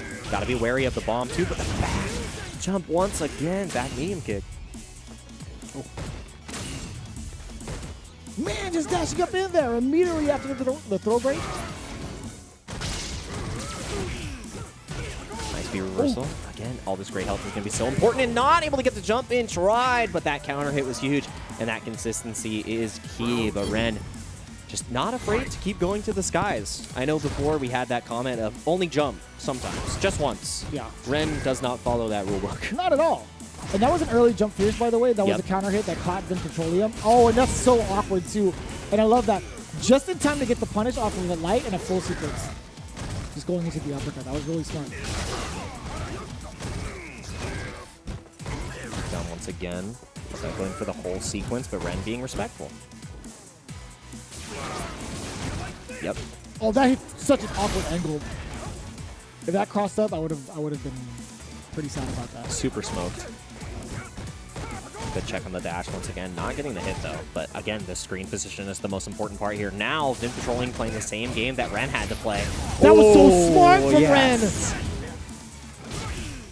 I'm very surprised Vin had gone for the standing light kick because majority of the time he did standing jabs. Yeah. Just there like that. Is. And that keeps him safe. He understood the assignment afterwards. He knew that after the top, it doesn't matter anyway. I love that. Saving the shimmy for the very end there. And because every single situation otherwise, Ren has walked forward, tried to go for the meaty, maybe even a throw. So Vin with the right idea, but Ren with the adjustment in the most critical moment. And again, it all started off of that EXDP because Vin Petroleum started getting a little bit too quick. After he escaped the corner with the slide, decided, you know what, let's play a little bit looser. Let's try to keep Ren guessing. And Ren was like, nope, no more offense for you. I'm busting out, and here's the shimmy I've been holding on to. Yeah. Even before that, I think there was just one of those moments where Vin was just like so eager to finally play offense because of how oppressive Ren was with his meter, right? Like really using the EX bar for a lot of these different moments with EX Tatsu majority of the time. Yep.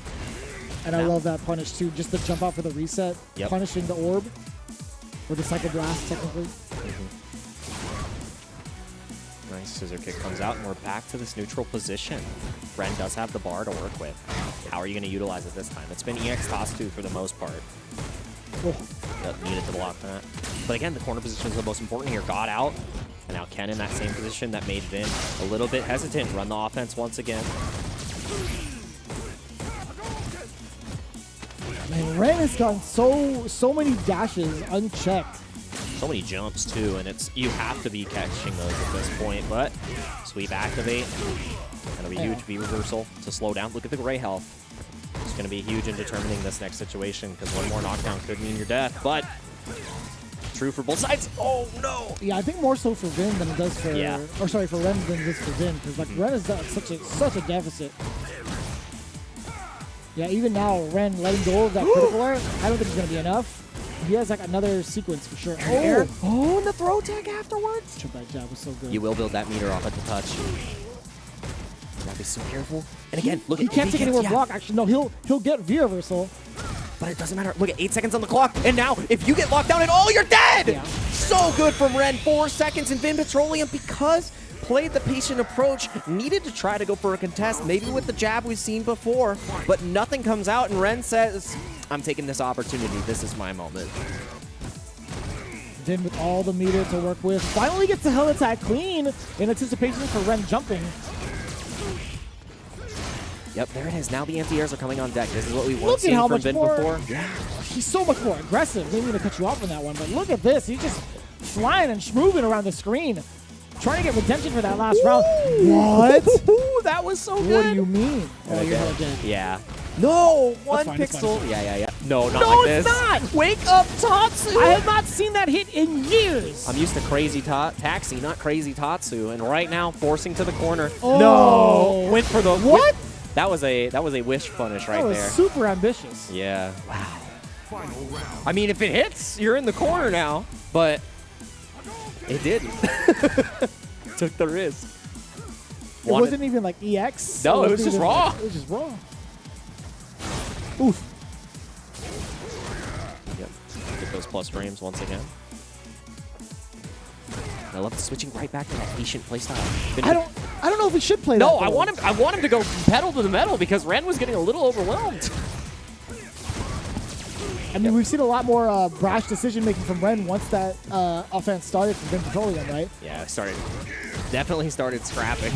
You notice how Vin Petroleum backed off after the EX Tatsu because he thought Ren was going to throw out an EX uppercut? Yeah. Now he has the sense of danger, right? Yeah, and we haven't seen that EX uppercut afterwards. But again, the shimmy coming in so clutch. Challenging this time on the movement. V-trigger is available. Gotta look out, no whiffs allowed. Again, the anti-airs are finally here. Vin Petroleum. Big buffer right there. Just trying to find an activation point. Ren is at a huge deficit. Now even further in. One touch away. Triple dash forward. This is so much You damage. madman. Yeah, saving the critical art. Next touch will kill. Have to be so careful here. Anything will trade. Not getting reversal. Yep, that was so good. If he jumped in fierce and then saw the V-reversal and critical arted, I would have died in my chair. It would have been the most confident decision, but Ren not on a level. Remember, tapping into the dark art of the critical art. It's only worked twice off of chip kills. We have not seen the animation once.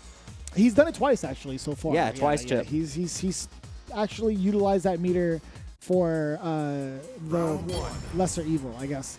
The EX Tatsus, yeah. And the EX Fireball. That's been pretty much it. And then at the end, obviously, the Shurirepa, the EX DPs. Again, different type of anti-air from the side of Ren. And now Vin Petroleum's the one going to the skies. Oh! But again, back to that fast pace. A lot of heavy normal play. He's still reluctant to anti-air. That was just a normal Tatsu. Yeah. Oh, he tried to reversal. I don't even know what it was. It did wake up Tatsu again! Shinryuken extender. Tatsu. Heavy DP. Look at the damage. Forward throw now. What happens afterwards? You're going to jump in. Chase down, but again, jump back jab. A Plastico. Oh, again! I thought he was going to get punished there. Oh, he's so smart. Activation right there. This is huge. You got to look out for the bomb as well. No! You put yourself in the corner?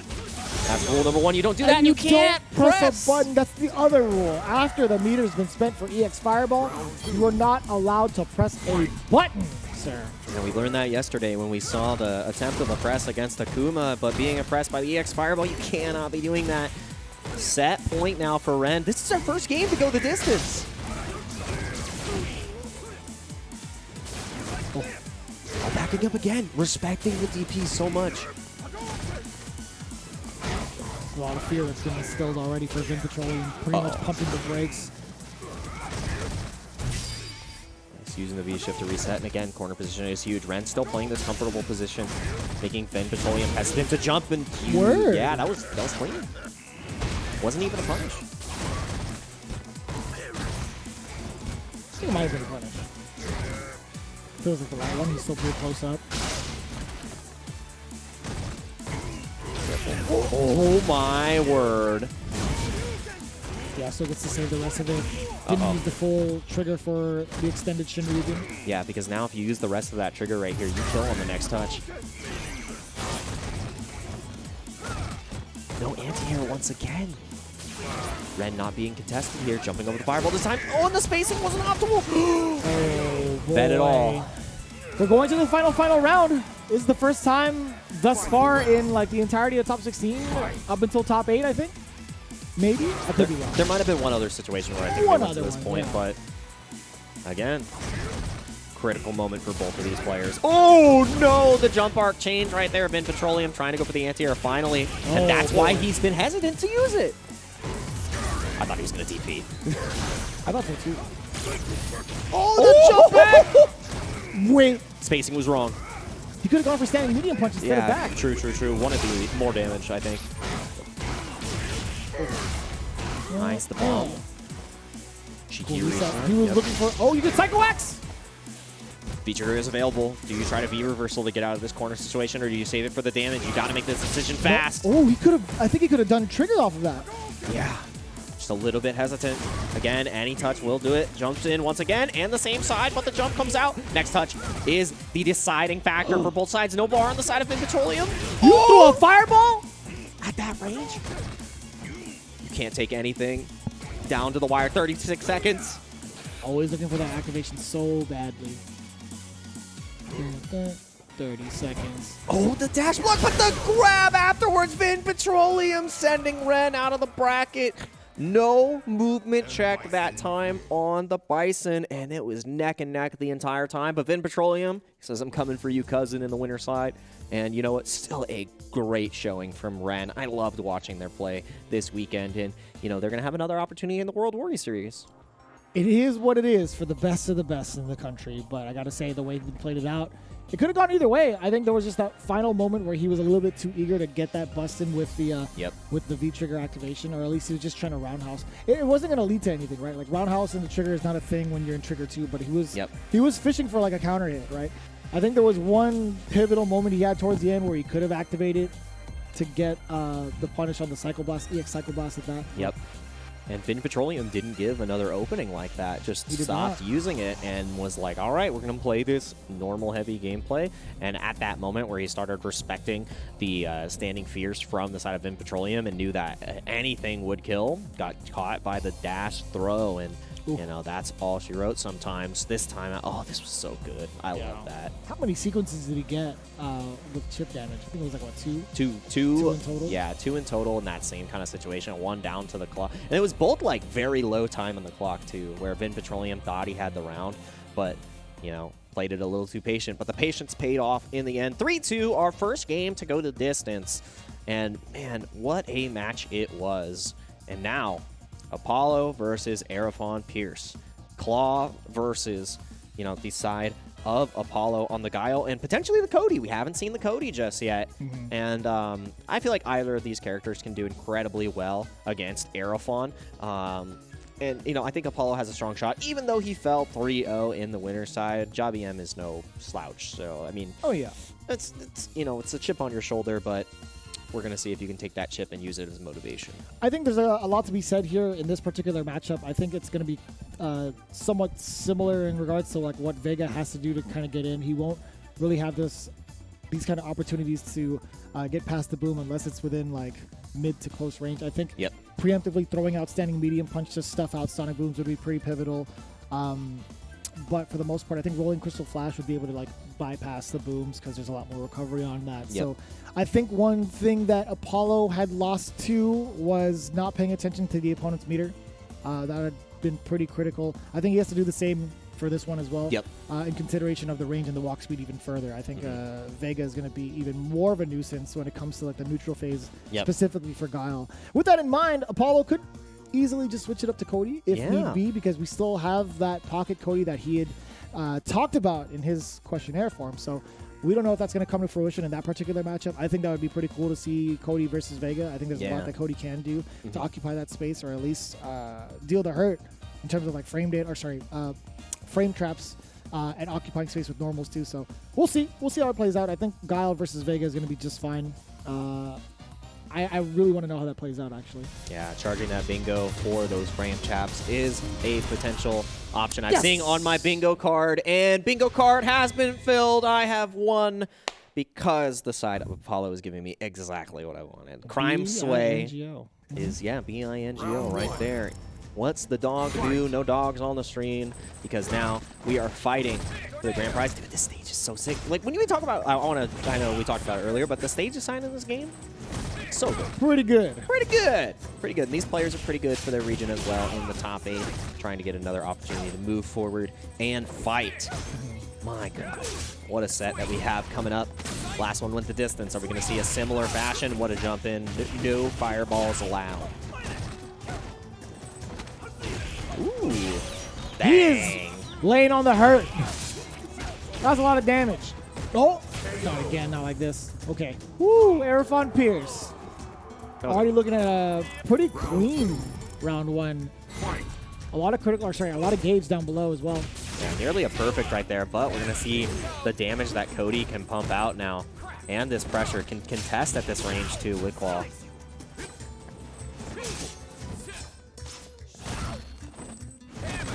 Damn it. Oh, no whiff punish. Again, the anti-air grab. We've seen that 2 times in a row now, so Aerofon doing very well with the attempt to escape out from the corner, but finally getting it. V-reversal, you're still stuck. I wonder if he's able to like V-reversal earlier off of the EX Zonk Knuckle, because that's one of the biggest like call-outs in this particular matchup is the fact that Vega can get around Cody's Zonk Knuckle. Yeah. Pretty easily also with V-reversal. This is huge damage into the critical art. So much for Aerofon Pierce. Not enough to kill just yet, so you get another opportunity, and Apollo has everything on deck. This is going to be so much damage right on back. CA on CA violence. Ooh, there's so much damage on that. Dear Lord Almighty. Bingo. Yeah, I always forget, like, one of the biggest things that we talk about in this matchup is, like, we talk about Zonk, EX Zonk in particular, being, like, the neutral stealer. Yep. And Cody can rely on that, but you can't do it against Vega, because the first one gets blocked, Vega could V-reversal with just the singular backflip, and then punish. That's wild. That's huge for this Yeah. matchup. Not a lot of characters can represent that, but representing the anti-airs incredibly well. Apollo already dealing with the wall dives. It's been working out for Aerofon before. Can it continue to work out now? Oh, yep, no raw slides allowed. Doesn't get the most damage off of it, though. Yeah, there it is. Subvert neutral because we've got the EX on. Still got to be ready to punish it. And I like him exercising that option to get out because there wasn't going to be any sort of EX zone that was left from Apollo. Yep. So good awareness. Again, back. take the Take throw.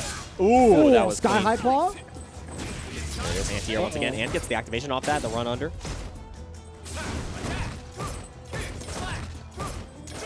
So much gray health is going to be burned from the knife. You got to be cognizant about that. Jeez, and you lose the claw. Yeah, that was massive. Anti-air comes out. That is definitely in the favor of Apollo here. Ooh! You thought. And that was actually a clean reaction from Aerofon. As soon as I actually couldn't tell which came first. I think it was almost the same frame. As soon as the EX Splash came out, it was replicated on the other side for Aerofon. So, I mean, hopefully we get to watch that back later. But Aerofon, you know, just really convincing in that first game. Oh, yeah. As soon as Apollo started representing how to escape the corner, Aerofon had to adjust, but really good wall dive scenarios and punishes. I don't even know if he had to adjust because the first counter he perfect. had was an air grab. Yeah. Right. There was no sort of like reluctancy to figure out what the option was to like stop that jump out in the corner specifically. Yeah. He exercised that option twice in a row. Yeah, catching it consistently. And also, I just want to note, it took 2 seconds for the first raw slide to come out from Aerofon, so It's a whole different beast. doing all Vegas proud and living up to the stereotype, that slide is your best option at all points of the screen at all times. There we go. Ooh, that's a huge punish right here to the corner. Oh, that's even bigger. Just striking first just before the knife was coming out from the side of Apollo and checking afterwards. You thought it was your turn to press a button? No, sir. Counter hit into the ace. Round 2. Aerofon Pierce just looking to run away with this one against Apollo.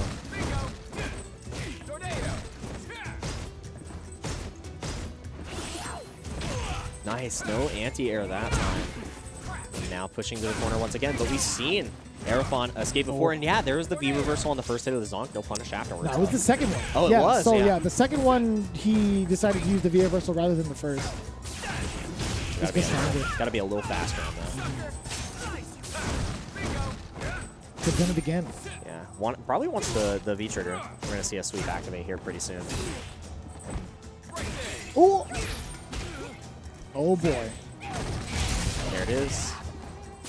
Now gonna be close to the corner, and we skip neutral with EX Bingo. Knife has been activated for the gray health.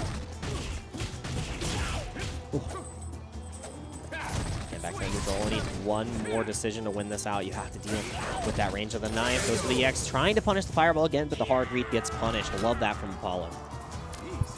It's worth him playing that patient game in anticipation of something kind of out there with the Sky High Claw. Boom! I like that. The big anti-air from the roundhouse from Aerofon. Back to that zone 0. Cody can deal with this really well. Ooh, Huge counter hit and the throw after. I mean, you could have got a full punish. Again, just not exercising that option of using the V reversal past the EX Zomb. Gets the full damage off the V-trigger, but now going to be under duress. No V-reversal allowed. Nice. Again, the So anti-air good with throw. It's been so consistent. That's 3 for 3 in the attempt for corner escapes. 2-0 lead for Aerofon Pierce. Too much of the space being occupied by that medium punch, right? And Yeah. like, it's hard because he just has to take that. Apollo hasn't had a successful time out of the corner because of those air grabs, right? I understand that's like a very common tool or very common option to like back away and anticipate the jump, but dude, Aerofon has done such a fantastic job of being even like a little bit closer to threaten both the option of air grab and standing medium punch. So you could catch either like the jump preemptively, and if you happen to bypass it, it's like, all right, well, I'm just gonna neutral jump grab you. It's pretty good. Yeah, and it's so hard in the side of Apollo because you want to try to escape, but your walk and block has gotten checked every single time, so you try to jump, and you feel like you're checkmated at that point because even your neutral jump is going to get air thrown. So It's wild. got to figure out another way to challenge, and then as soon as like you get conditioned and he's staying on the ground, the throw comes out. not the command grab. We just seen the normal throw, and it's like, wow, every option I'm choosing is wrong on defense. This is rough. What am I supposed to do? What do I do? I have no My idea. fight money. I'm trying to figure it out as well, man. Don't get me wrong. Apollo is down 0-2, but not quite out of it yet until it's over, right? We do have that option of playing into Guile, but maybe it's just some sort of reluctancy to do it. Like I would love to see if he tries to go for it. 0-2 right now. It seems pretty dominant from Arifon Pierce. Yeah, Arifon Pierce. I mean, the only reason I think he'd be hesitant to go to the Guile is we saw before what Javi M was able to do with the meter on Terran, just dealing super well with the booms. Are you going to see that same playstyle from the side of Arifon? But we're going to the Guile, tried and true, America's greatest. Let's see if he can lock down Vega and, you know, change the pace. Can he change his destiny? And I appreciate the Jean-Claude Van Damme outfit. This is the exact color scheme he wore for Street Fighter 2 the movie. Maybe not the pants, but definitely the shirt. Yeah, the shirt. Great casting, by the way. Oh, no, not when you're Guile. And Not again, exactly. There we go. please. You hold down, and then you go up. You have a great time. There we go. Sweep activate. I've got one, too. Whoa. Big damage available again, and now Apollo forced to the corner. Escapes out pretty well. Oh, I like that V-skill. I think that also would have blown up the Sonic Boom. Has a little bit of V-trigger left, but it's running out. The timer is almost done. Ooh! EX flash kick. Now you got to make every decision right. Every boom, you have to be so considerate, but you know, the sweep activate full screen. Doesn't matter if I'm at 0.0 or full screen sweep activate. It's my bread and butter. And again, that's why you have to be so careful about the booms. Damn, and the damage incoming. You rarely get to hear that from Vega. Oh, yeah, there you go. No crosscut required. Just hold down. No, you had it. That sucked. That does suck. Ooh, there you go. Air to air. Finally, the first time he's been able to escape the corner and contest. That bar is there. You got to be careful with the booms now. Can react and go straight through. Ross live. Oh boy. No punish. She's safe. Nice. Full extension chase down. Apollo on his last rights. You get thrown right here because of that great help. Wow. Not able to go through that boom this time. One more touch away for Arifon Pierce to pretty much lock it down 3-0. Can he get it though? Apollo with the call out. That was the gutsiest play we've seen thus far. Clip it and ship it, please. That was... You know what? When we were talking about ambitious DPs from the side of Ren earlier, that's the most ambition I've seen on a player, all right? That was 100%. That was like, you're not taking me out today, 3-0. do it for my family, for America. Now who wants to go home and who wants to go with me? I love that. I love that line. It's so good. Right now, and it is Apollo's life on the line at the moment. Still set point for the side of Arifon, going for the activate afterwards. Nice. The fact that reach, but now sweep activate of his own. Lockdown is going to be huge. Nice counter hit. Trying to escape. So much. That's such good spacing from Apollo here, too. Oh. Oh, yep. Oh my goodness. Ducked right under. That's what I'm talking about. We got ourselves another game, ladies and gentlemen. Apollo hanging in there, getting a big punish against Arifon Pierce. The Guile is paying off dividends thus far, investing in America. I see you. And Guile leaving him with a smile, keeping him alive here. You know, Apollo, Americans did make it to the moon first, so let's see if his dreams reach the moon as well. Heights never before seen. Apollo trying to land in that winner's spot right now against the side of Arifon. But Arifon, you know, very convincing in those first two games, can round it out here. It was based on a heavy risk from Apollo to really clutch that out and stay alive. So can you continue to measure that risk? I'm very impressed you never hit me with a Neil Armstrong. One flash kick for man, but a giant game for mankind. Keeping him alive. I like that a lot, though. Apollo, again, taking all the big risks in that last game. I knew you'd pick it up, so. Oh, of course. Together we conquer. And right now, conquering his fears of the claw. Apollo getting raw sweeped on. Yeah, as soon as you get over one thing, you have to worry about the other. Is Unidrop not quite there yet for the over? Oh, sorry, for the stun. Got to deal with that. And I like that roll from the side of Aerofon Pierce because, you know, as soon as the trigger activates, you think a boom's coming.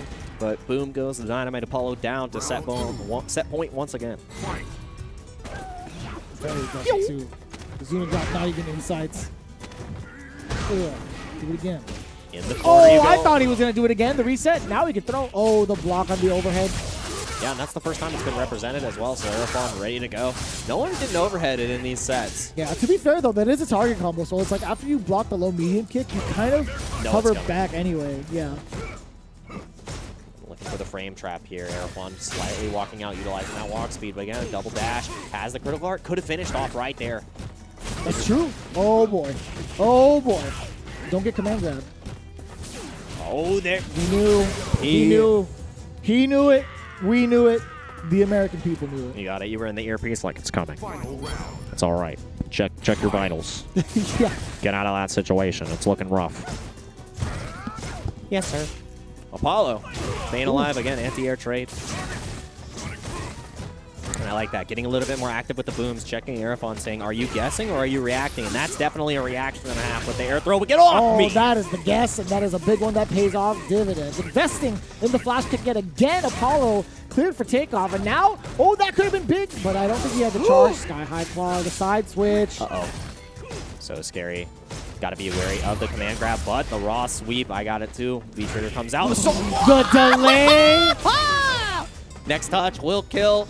Gotta try to look for a V reversal. Maybe again!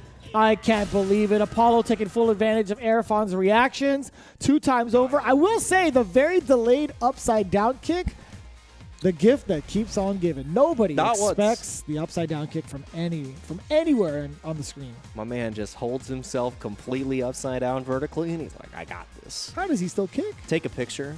Johnny Cage special. Just so good. I don't know how he does it. I don't know about all that, but I'll tell you what, like that, defying gravity and hitting you with that much velocity is a whole big deal. The sound warrior right here. And again, sound in his approach. Apollo, 1 game away from a reverse sweep. Would be amazing. Aerofon definitely fighting back, putting the claw away, bringing it out, crush. Ooh. SV reversal, I like that. Keep that screen position. Don't let him try to escape. Dodges the raw sweep. If it would have blocked, though, would have got a big punish, but, you know, gotta be cognizant of it anyways.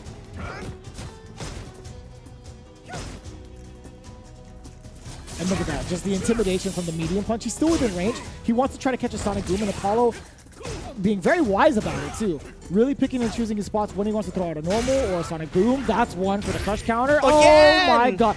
We're starting to see the habits of Aerofon Pierce. It's the key. The upside down. And again, the command grab comes out. Not connecting. Apollo has been escaping these excellently. When do you try to bust out? But there it is. You can't jump them all. You can't do it again, though. Nah, not a third time. That's where the slide comes in. Oh, no! No, he had it. Oh, it doesn't kill. Unhand me. You gotta be so careful here. No! No punish! I gotta go. I gotta go. We're leaving, sorry. I gotta go. That was... I'm clocking out. Yeah, we're done. That was... What? What? Apollo, there's no service, no reception up here on the moon. I don't know what to tell you, Jack. Oh, man. Ooh, boy. Apollo lucking out right there. Everything lining up. The stars are aligned. Did you hear the guttural noise that came from Guile after he got swiped by the medium punch? That was bad. That was a lot of damage. I mean, you've ever been hit by a claw like that? Oh, yes, finally. I wouldn't be here if I did, because it seems pretty lethal. Yeah, finally the jump short cross-up connects. It hasn't hit the entire set, but, you know, when it counts, it counts. Oh, nice throw. Chase down the walk back. Not dead just yet.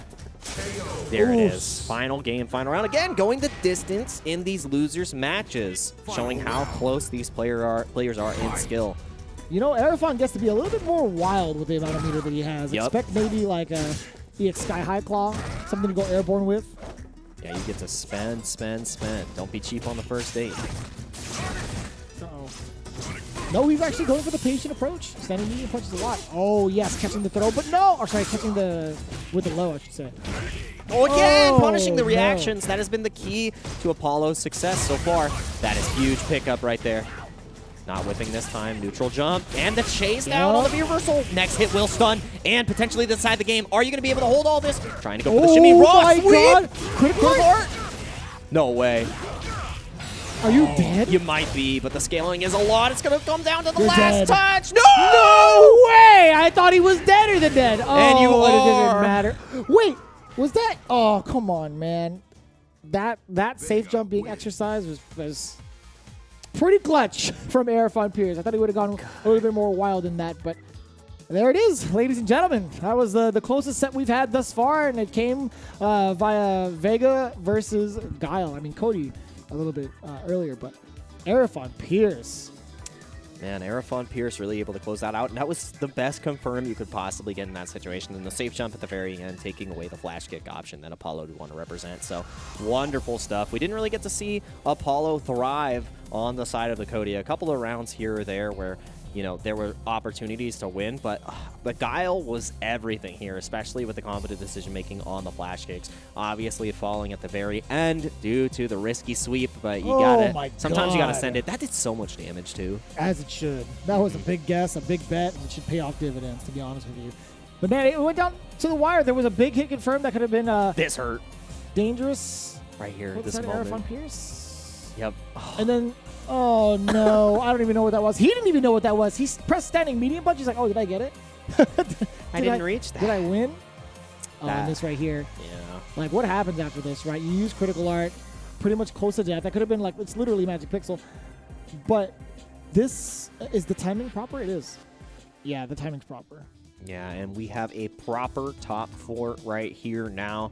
Jobby M, Billy Date, winner side. Vin Petroleum versus Aerofon Pierce. Aerofon Pierce been clawing his way through the losers bracket. 3-1 and 3-2. Now going to have to fight Vin Petroleum, who did the exact same thing on the other side of the losers bracket. 3-1, 3-2. And now one of them has to be on the other side of the docket. You either win or lose at this point. And there's only going to be winners and losers as we continue to move through this bracket. Winners finals is going to be a doozy, but you'd be committing a doozy if you don't get your hands on Street Fighter Duel now. The download is currently available in China with the global version coming soon. So make sure that you take part in the Legend of the Capcom authorized Street Fighter mobile game, because you're not going to want to miss out. Become one of the best fighters with millions of players in the world as you immerse yourself in the world of Street Fighter Duel. And again, we have such a wide diversity of characters thus far. With the 4 players remaining, we may be able to unlock a tracksuit that you haven't been able to get your hands on just yet, because the winner of every single CPT event unlocks a brand new set of colors for the new tracksuit costume. Again, as we mentioned earlier, pretty much the start of the season of March, every single color is now purchasable with fight money. But the new tracksuit colors will release for free after each CPT premiere event featuring the winning character.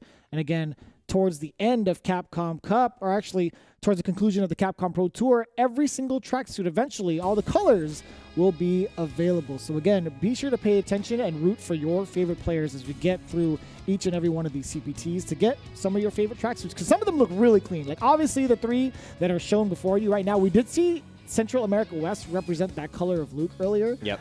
That was pretty neat. And then of course the all black, or at least the primary black coming in from Ryu, super clean. And I do like the pink touch with the little green trim coming in from Sakura. Not bad at all. Again, be sure to pay attention and root for your favorite players to see which tracksuits get unlocked. We do have that list for you eventually. I know David does a pretty good job of mentioning which characters have been unlocked thus far, and we'll probably get that to you towards the end. But in the meantime, we want to gear you guys up for the Final 4 coming in for South Africa. You do not want to miss it. Listen, I almost left my seat a couple of times because I was getting a little bit too hyped, so I do need a breather for myself. But in the meantime, please get some refreshments, get some water in you, hydrate yourself, because this is going to be insane getting into the top 4. We'll see you right after this with more Street Fighter V. We began with 8 players on this wonderful Sunday morning, and now 4 players remain. The winners finals and the losers semifinals have already been determined. But if you are just joining us, once again, I am Jake Ryan, joined by Vicious today for CPT South Africa.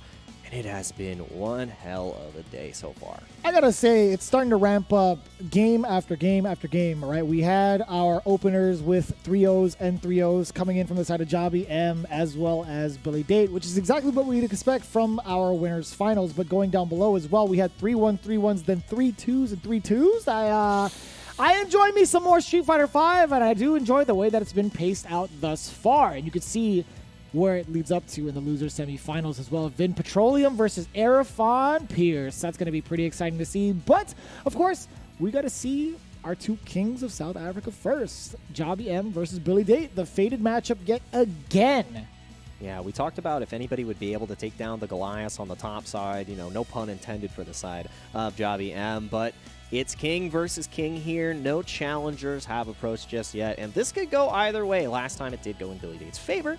Jobby M going to be likely rocking the Kareem versus the Ed, and the Ed was the answer that Billy Date needed against Jobby M, but I think this match decides the tempo for the rest of the tournament. I'm surprised you didn't hit me with the Goliaths have a date with Destiny or something like that. You've got it.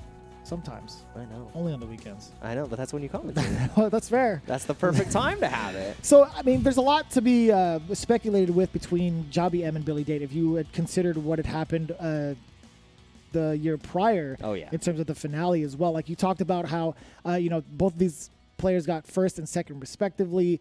Billy Date got the better half of Jobby, but even prior to that, in sets, Jobby M was the one that demolished the Billy Date. At the finale, it happened again. Jobby M had the better half. So does that mean Billy Date is going to be the one to take it down this time? Ooh. I don't think that's the case. This is a matchup that is kind of like a run back from the finale, right?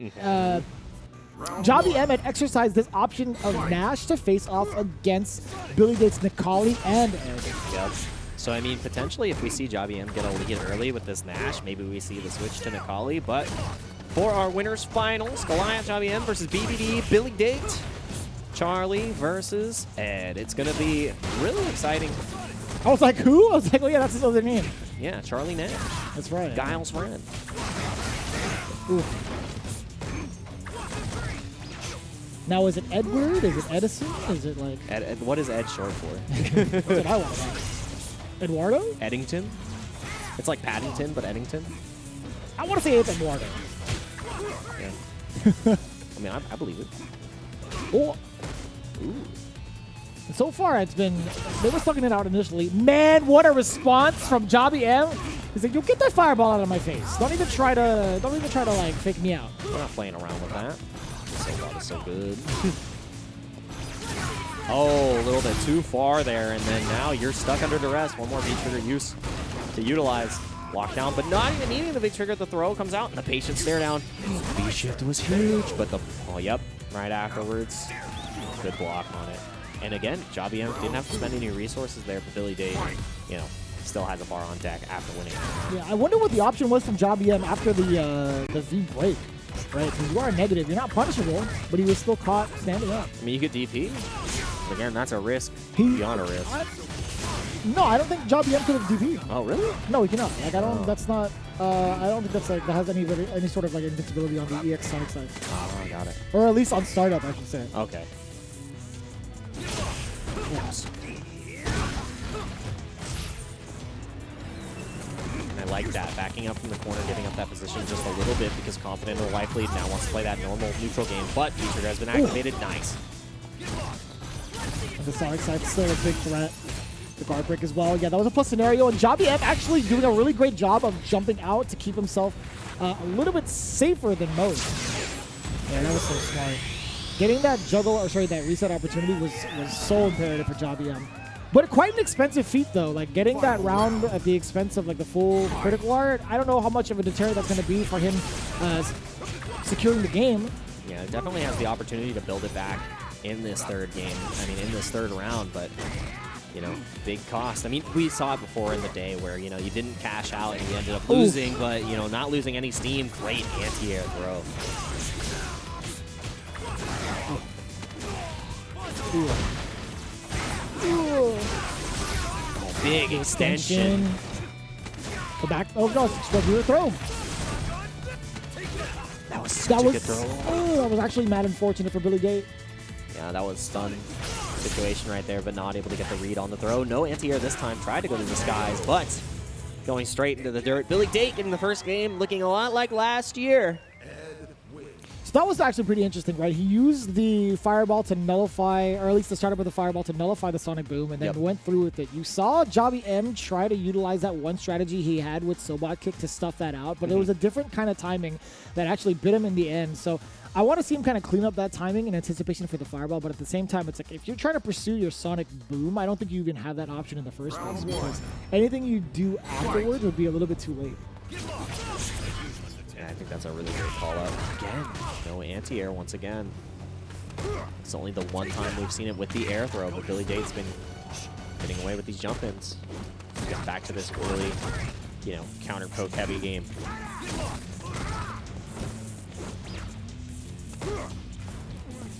Man, a lot of back and forth swaying between both. Big time swings. I like that. Yeah, being within range to get the punish. Clean hit again. Playing at that range. Ooh.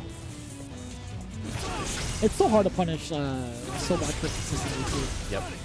And here we go. The boom game has been set up. Playing full screen. What a dash into TV. I love that. That is a Nash classic, if you ask me.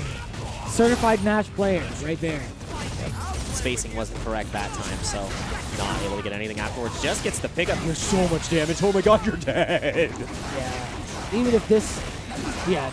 Even if it doesn't kill? If it doesn't kill, no, it will. Oh yeah, you're dead. It definitely will. Deader than dead. Yes, it is over, Nash, for this round. Now what's going to be the... Oh, yes. And I love that counter from Billy Dayton pursuing the fireball, too, in case Jobby M wants to utilize that V-skill. Yep. There's been a very consistent answer from Billy Dayton going in for that sequence into the flicker. Yeah, and really positioning himself in a way where that is a viable option all the time, so Jobby M has to be a little bit more conservative about using the V-skill.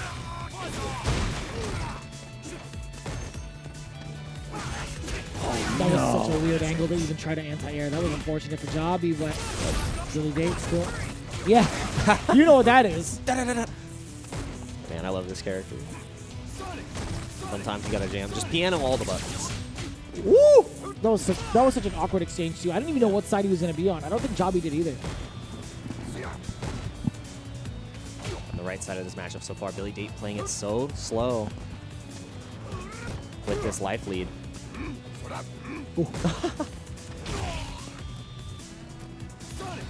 Full trigger on deck for Jobby M. Any significant damage or any significant opener can lead to a lot of damage with the trigger, but he needs another touch after that. Yeah, this is one. No extension on that. I guess that's fine. I don't know if he could lead to like a single hit into trigger into critical art to kill. I'd have to see it. That would have been a big frame trap had he pressed the button. Now again, that same position on the other side. If he builds his critical art, it is actually chipped, so you can't block anymore. Does Billy Date see the same? Back throw, 7 seconds left. Yep, just wakes up raw critical art, but he knew! Ooh, that scared the heck out of me. Yeah, no, I mean, like, that wasn't going to give you enough time to run the timer scam for Billy Date. Yeah. I mean, I don't think that was the intention anyway. I think he anticipated Jobby M probably enforcing the meteor throw. Yeah, but Jobby M already wise to the tricks from the side of Billy Date. Just goes for the jump, and that's what closed it out. Gets a time over. Ooh. Oh. Nice. I like that. Anti-air.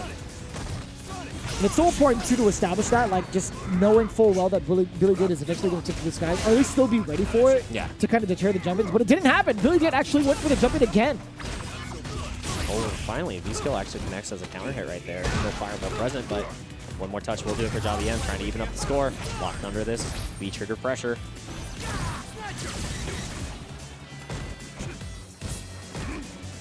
It's so tough. It's so tough. One solid hit for Jobby M. Spelled that. Not via low medium kick though. Yeah. Not cancelable outside of trigger. Again. Oh my that god. Was sick. That's not sick enough. Oh man. I mean, I love the idea. And man, not close enough. Be shipped out. Just one more touch. Ooh-wee. No anti-air. That was a counter hit. That was all she wrote. Billy Date 2-0 up. Ay. Jobby M if the spacing was just a little bit better, would have been able to get that game, but... I think the anti-air still would have been there. Like, crouching Yeah. medium punch possibly to even, like, contest against the jumping fierce. Like, even if it didn't, like, no, even if it trades, that would have been in Jobby's favor, yeah. Yeah, you would have won the game, but it just didn't come out in time, and Billy Date running away with that. I think we're going back to character select, so... do we go to the possibly. Karine? Do we go to, you know, tried and true? Because the Nash has not been worked out. Got brought out to deal with the Ed, but just is falling short by, like, you know, micro decisions. Yeah, I'm not going to sit here and say how the matchup's going to be like between Karen and Ed. I think Karen could still do a pretty decent job of counter-poking within mid to close range against Ed, but... that's kind of tough. I think Karen can possibly run over Ed, but at the same time, it's like I'd have to see it for myself. I want to see like how much of a projectile game Ed can have against Karen. But I don't think the Karen pick would be a bad idea. Yeah, because we really saw don't. there it is, and we saw how consistent Jobby M was with dealing with the fireballs against Ren earlier. When as soon as you got that bar, it became a different matchup. So. Maybe that's going to be the same story here. We almost saw a reverse sweep earlier. Can Jobby M put that same performance up? Or is Billy Date going to... imagine he 3-0s his way through this entire bracket? Oh, man. Yeah, back-to-back flickers. Already off to a great start. Jobby M, I think that's going to be the primary tool to stop like the counter-poking. But we'll see. Already dealing with the counter-poking super well. Back to this neutral. A little bit of gray health to work with, but Jobby M is the one who has to advance here. Billy Date totally comfortable playing at this range with the life lead. I think one of the dangers of trying to counterpoke against Ed is the fact that he can hold some of his normals that could lead to like crush counters, right? That was a sick trade. Word? How are you ready for that? That was pretty cool. Whoa, but you're never ready for that. Nobody's ever ready for that. The delayed uppercut. Billy Date ready for everything, and you know you're always ready for the ones that let it rip at the beginning, but hesitation from an EXDP? Never. Not in my Street Fighter. You see the Yes! Oh, 3 times! You see what I'm saying? Like, yeah, there's a lot of reluctance to even try to counterpoke against Ed because of being able to charge the normals. All right. So that's a really big counterplay against Karen's objective, right? To counterpoke you and have those normals occupying that space prior. That's so good. Yeah. All right, here we're learning together. Yeah, I mean, what are you supposed to do there? Because you want to try to, you know, contest and go through the fireball, but the fake out makes you so hesitant to play your style. It's not even that. Like, you can't even throw out mediums. Like, you would want to maybe, like, do medium kick. That's exactly what I was looking for. Maybe do that to kind of counter it, but you could get crushed. Like, if you delay that fierce a little bit longer, yeah, it's such a risk, and it changes the risk reward that Jobby M has to go for. Yeah. Not typically how you get to play Karen. Oh, yeah, playing this patient neutral, just very back and forth. Jobby M is the one who has the lead this time, too. Ooh. Yep. Yeah, if Billy Date had held that, it would have been a touchdown. It's so scary. Jobby M does have the critical out lockdown as well. Just in case. Billy Date is slowly dwindling away out Jobby M's life. There's the guard break. Leading to a plus scenario, really. Throw comes in clutch here. Now you can be a little bit more ambitious about those look forwards because it will net you a kill. Trigger's about to be up as well, but no, spending it for the V reversal. Do not let Billy Date get in. That is the strategy. No 20 seconds on the clock, by the way. Yep. So much time being burned. And again, So the V reversal. smart. I'm going to play it all. Great help. Billy Date has to strike now, and that's exactly what Jobby M knows. Get the carrot because that timer's running out, and I am busting out. Loving this. Oh, it's actually extremely smart from Jobby M in terms of the pacing. Like, he didn't want to run it all the way through. He knew exactly when his time to strike was, and the utilization of the V gauge to use the V reversals, pinpoint precision. I love this ability. Yeah, that was a rope-a-dope against the boxer himself, so loving this strategy from Jobby M. Again, playing it patient. Trying to look for that whip punish game, and we're not seeing a single low forward come out anymore. It's just the standing medium hit. Yeah, he doesn't even want to get within range to try to like low medium kick yet. Dang! That was actually an amazing whip punish, but gets the activation off of the EX, and now you've got to play the game. And the anti-air So awkward, yeah. That crouching medium punch, or sorry, crouching heavy punch moves her forward in such an awkward angle. Yeah, and the angle jump-ins that Billy Date twice now, that's been able to come through. You recovered in time! Johnny M tried to get a punish there. Oh, you're punishable!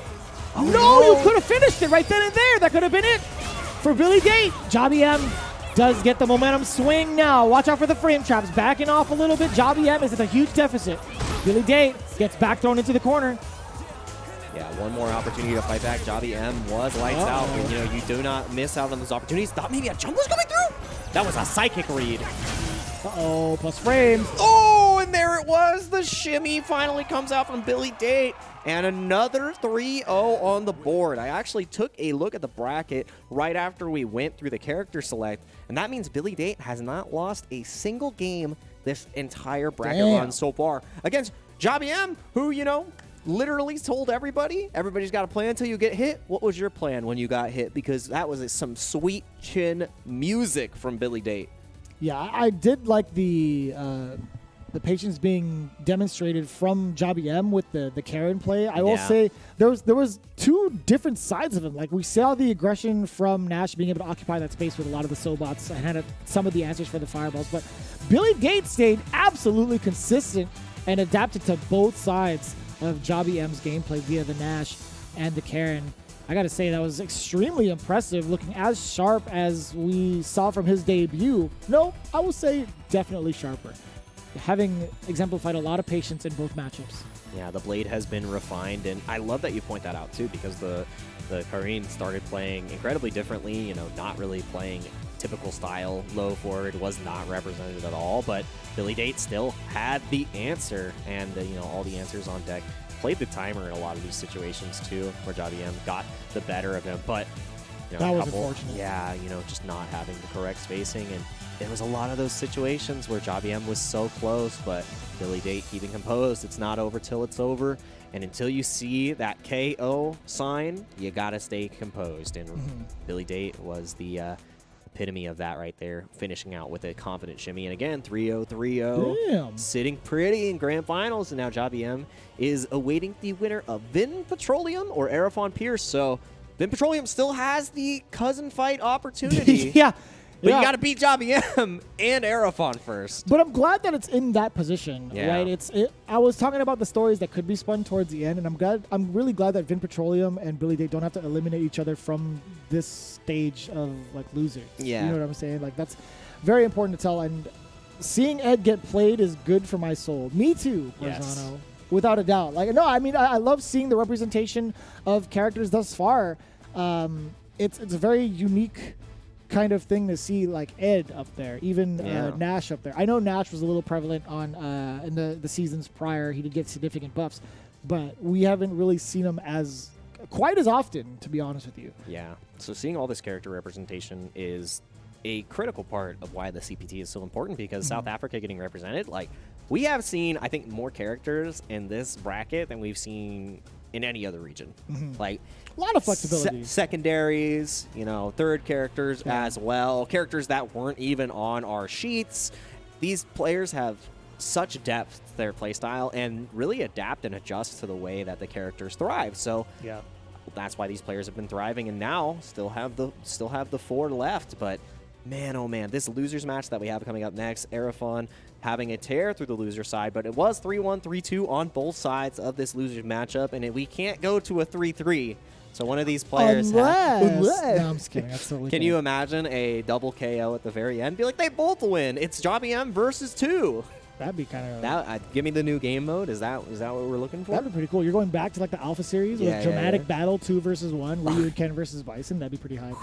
That's not how this works, though. Vin Petroleum versus Aerofon Pierce. The Vega has been piercing the veil past his initial placement from the first CPT he was involved with. No longer concerned with 7 placement. He is going for the gold, but he has to get through Vin Petroleum first. Yeah, going even further beyond, but nothing is stronger than family, and Vin Petroleum is trying to take the other cousin down. And Aerofon, you're just another notch in the book. So let's see what the story of this match ends up being. Vin Petroleum, again, has been rocking it on the Bison this entire time. Very strong and convincing play. You know, down to the wire in the last set that we played right there against Ren, closing it out with just, you know, cracking the pressure of Ren. Ren got a little bit too antsy. Is Aerofon going to be in that same antsy position? And can you deal with the frame trap pressure that Bison has to offer on Vega? Like, your escape options are limited. You have the V-shift.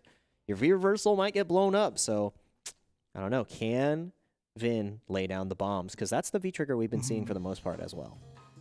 I'm kind of curious to see how that interaction is going to work out, to be quite honest with you, because we very seldom get to see any sort of like Vega gameplay in general. But yeah, Vin Petroleum, the way that he's been controlling the space, I think one of the biggest concerns is which version of Aerofon Pierce comes to play. Is it going to be the aggressive one? Is it going to be like very airborne? He's got so many different styles that are completely ambiguous to everybody that has fallen before him thus far. We'll see if Vega does get the promotion. And, you know, quite suitably over at Sagat stage. I get it. Hey, I just took his soul. I got to go on to the next fighter. All right, Bison, you're mine now. And that's always been the lore, actually. He's been trying to usurp Bison for the longest time. Yeah, so this is the Telltale, the storybook ending that we could potentially have for Vega. It's like the arcade ending that he never got. So he does get it in EX3. Yeah, there you if you beat the game with Vega, he does actually kill Bison. Wow. Yeah. All right, so let's see if the Sacred Trolls are answered once again. Good answer right there on Universal. I like that a lot. But I don't know. I want to see if we're going to see the aggressive Vin Petroleum that overran Ren at the end of the set, or are we going to see the defensive? And right now, the aggression, the heat is on. Ooh. One more touch for stun, but the challenge on the dash. No movement allowed. Critical Art is built. Oh, no. Yeah, I didn't recognize the situation fast enough. He had just built it too. It was like, it's really hard. Oh, no. That is the Aerofon Classic. The dash up, command grab. Aerofon has been hitting that so consistently. A couple of them have been jumped, but, you know, when your hit rate's over 60%, keep going for it.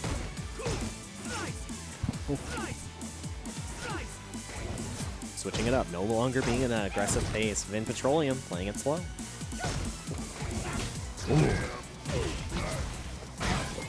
Nice check on the count. Actually, counter hit. It was a walk forward button, but answered excellently. Ooh. That was a very meaty jab. I don't know what happened, but like time froze when I saw the last bit of active hit. That was weird. Anyways, going into it, checking the movement as well with the Aurora Spin Claw. Background neutral has the V-trigger already active, and this is going to be huge. Has the critical art. Do you kill here? Most definitely. Aerofon Pierce exploding. Round on the board for each side. But it's, all that meter spent, which means Aerofon has the definitely has the meter lead here. And we saw what he's been able to do when he has a full stick of butter at the beginning of the run. So far, pretty much evened up, and Aerofon does have the meter advantage. Vin Petroleum does strike first and continues to do so, checking the movement. And speaking of the medium punches, deterring the forward advancement from Vin Petroleum. Puts himself in the corner, but it was very awkward, so wasn't ready for the throw. Got to be looking for the slide right now here, too. No V-trigger available, but Aerofon has been representing it frequently to check the walk forward. Doing with that well. I love that V-shift. Not a lot of bar left to work with now on the side. Aerofon just built that second, but in just a second, you're going to continue to be locked down. No more claw. I love that bust out option. The double jump first. Let's get countered up as well. A lot of V-shift usage on both ends early. The universal does get punished. Oh boy, these guys are slugging. Out of there. Yep, 50% hit rate now on that command grab for this set, and the dash up. Not able to get the full finish, but one more check. Any jab will do it to check movement. Maybe the anti-air once again. Anti-air on the side of Aerofon. Oh boy. I like it though. I mean, go for the command grab again. You already whiffed one. You'd never do it a third time. And they always do. They always do it again. This is the first time I think someone won the first game against Aerofon as well in this top 8. So Vin getting the early lead. You know, pumping the gas. The diesel is hitting. We'll see how it plays out. I actually couldn't hold myself on that one. That was pretty good. I think, Vin Petroleum does have the right idea against Aerofon Pierce. Has had correct reads against the command grabs thus far. But can you continue that hot streak of making the proper reads? Proper reads are essential here at this point, and right now reading these counter poke options from Aerofon, and just these scissor kicks are getting so much mileage, just falling apart. Oh, and the slide Word. afterwards. No claw, no nothing. One more touch will stun, but the raw sweep. Yep, has the activation this time. Gets frame trap. Uh-oh. Yeah, get off me. Oh my god, such huge damage. Woo! Shimmy Turner. I made a wish. Give me another round. Heavy wishing for a burner. Then Petroleum having all the right movement, the right counters for the wall dive as well. That was such a good weight into the Psycho throw Axe, right there. the Yeah. V-shift. Oh. A lot of straight hits. Yeah, everything is just connecting for the side of Vin Petroleum. Heavy normal placements. And no anti-air this time. A little bit awkward. You have to be preemptive, but the V-shift connects this time. Oh, that was so good. Yeah. Such a sick response from Aerofon Pierce. And I love this, continually utilizing the Devil's Reverse to make Aerofon guess about the jump-ins. And yes, there we go, full extension on the anti-air. Plus frames, plus 2 to be exact, I think. Ooh. Devil's Reverse gets caught by the command grab. A little bit of misspacing there. Has the V-trigger available too. You got to be so aware of that. Oh, No the kill. V was there. Oh boy, Got to be so careful. What a cheat. we haven't seen that exercise at all yet. Oh boy, I wonder if you could have slid to attempt to recover yet. Oh, you thought you had enough time to recover in front of him? That's what he was looking for initially. He wanted the Psycho Blast to catch Aerofon Pierce. But there was not enough life. So even if he got that trade, if he lived just a little bit, he would have got the kill. Vin Petroleum fighting off a little bit more they can chew at that distance. Oh boy. Checking with the medium punch again. Ooh. What a call out. I feel like he was going to go to that option regardless. But right? still. It just so happened to catch Vin. Ugh, Psycho Axe. Again, dude. And I like those confident commitments too from the side of Aerofon, so gotta continue to present that just raw. And again, the callouts we were mentioning it from the side of Aerofon. Vin's got some really good callouts as well. Plant the bomb. Let's see, how do you detonate? No defuse kit. Ooh. Oh, that's a lot of damage. I love that. The And cheeky little reset? reset, and the reset not only the Oh. poke confirm off the counter, and that was gonna be it. Oh, no punish on the raw, sweep the whip. It's too scary because Yeah, of the yeah, fact yeah, that he yeah. had the trigger. So I understand that from the side of Vin, but watch out. There's got to be a command grab. This guy, you could smell it from Aerofon Pierce. This guy is like, he's trying to set it up too. He's throwing those crouching jabs to catch you slipping, and then eventually he's going to dash up and try to grab you. That was it. Yo, Vin Petroleum, way to stand your ground too. Is like, you know what, you're going to throw all these lights? I'm going to throw out these lights. You're not going to grab me. Yeah, lights out for everyone there, and that was my exact same thought process. I was like, don't even give him the opportunity to command grab you because you're just going to keep checking each other, and with the life lead, you can afford it. So might as well spend and take the risk with the jabs because now Aerofon at a risk of going 3-0. He said we can't go to 3-3, but a donut might be in Aerofon's future. Donuts sound really good right now. They do. It is the perfect time for donuts. Oh, I like could go that. nuts for some donuts right now, but I'm going nuts for this Street Fighter action. Loser semifinal. Ooh, that was clean. oh. And I like that. Yeah, I do admire, you know, him using the reversal just to kind of reset the situation a little bit, because every single time that the moments have been reset, Aerofon has been like the aggressor and has usually found the success. But that's, you know, Vin Petroleum going for that slide, exercising that option. Like, he wanted to go into the activation anyway. So him actually hitting and not like going into the trigger was super smart, right? Yeah, Up until this point. Yeah, spent all the trigger as well, trying to get a catch, maybe trying to escape the EX there, but now not feeling very good about that spend. Scissor kick connects, and this is where the party starts. The throw pressure and, you know, not letting him jump. The thing that Aerofon was so good about before was locking down his opponents in the corner. Oh, Getting that could've locked been a down big now punish. himself. Are you dead? No, not just yet. One more, but the back throw. Oh my lordy. I wonder if Aerofon, no, sorry, if Vin Petroleum, yeah, he was well within range to use standing medium punch. Like, even if he couldn't like micro walk forward, standing medium punch moves Bison so far forward to get that meaty. Yeah, so Regardless. super interesting, but back into the corner. Not exactly sure what he pressed. How did he escape? How did he even press medium punch after the Psycho Axe? Yeah, I'm not Excuse sure. me? Oh. Oh. double dash, and he actually That was evaded so the claw. sick. Wow! It's the second time we've seen that happen within top 8 itself. And the chase down on the V reversal once again. The bomb is Oh, placed in the boy. shimmy. Everything is coming up in Petroleum. One The more. cross up! Oh, wait a minute. Oh, And the shimmy. This is just an pretty much all-wheel drive for Vin Petroleum. That was the cross-country chip, corner to corner. And just everything worked out. That was a turn, no signal. He's on a great big convoy of getting this 3-0, currently on match point. We'll see if Aerofon Pierce has something to say about it. That was a medium punch that does get thrown on the startup of it. Does get interruption. Aerofon just standing still, becoming target practice all of a sudden. Yeah, double whiff throw. Goes back to a neutral position. I love this. Vin Petroleum from pure aggression. Goes back to patience and then dashes in once again. Gotta keep guessing. Yep, challenge out. Are you gonna spend it all? No, just a little bit. No, you are! He's spending the whole thing. He wants to establish at least, getting closer to life, but he gets to see it jump afterwards. Yes, I love that decision, just staying down. Nice air to air. That trade is definitely in Vin Petroleum's favor because now gets some He feature. thought he was going to get grabbed. And then just runs away once again. Gotta deal with the position, this pressure, and you're done! Oh. So good. This time before, we saw the V trigger got punished because the orb didn't make it, but stuck between a rock and a hard place as soon as that neutral gump came through. Got caught by the EX, and a 3-0 for Vin Petroleum trying to get to his cousin. Has a Jobby M in his future now, and Aerofon Pierce will fall at fourth with the claw, still making a valiant run. 3-1 to 3-2, now taking it the other side of a 3-0. And that was so smart from Vin Petroleum. The last time we saw that encounter where he put himself in harm's way as the Psycho Blast was following up, he got jabbed out of it, right? Yeah. So he was looking for some sort of trade, but he didn't have enough life. This time around, he actually pursued it with the Devil's Reverse first to put himself in front of Aerofon, and then immediately took to the skies because the only way out of there was for Aerofon, like in terms of like trying to get out of danger, was to throw. Yeah. Right? Like to throw it, get past the Sonic Blast if it succeeds, or not have to suffer the repercussions of like possible layers of frame traps.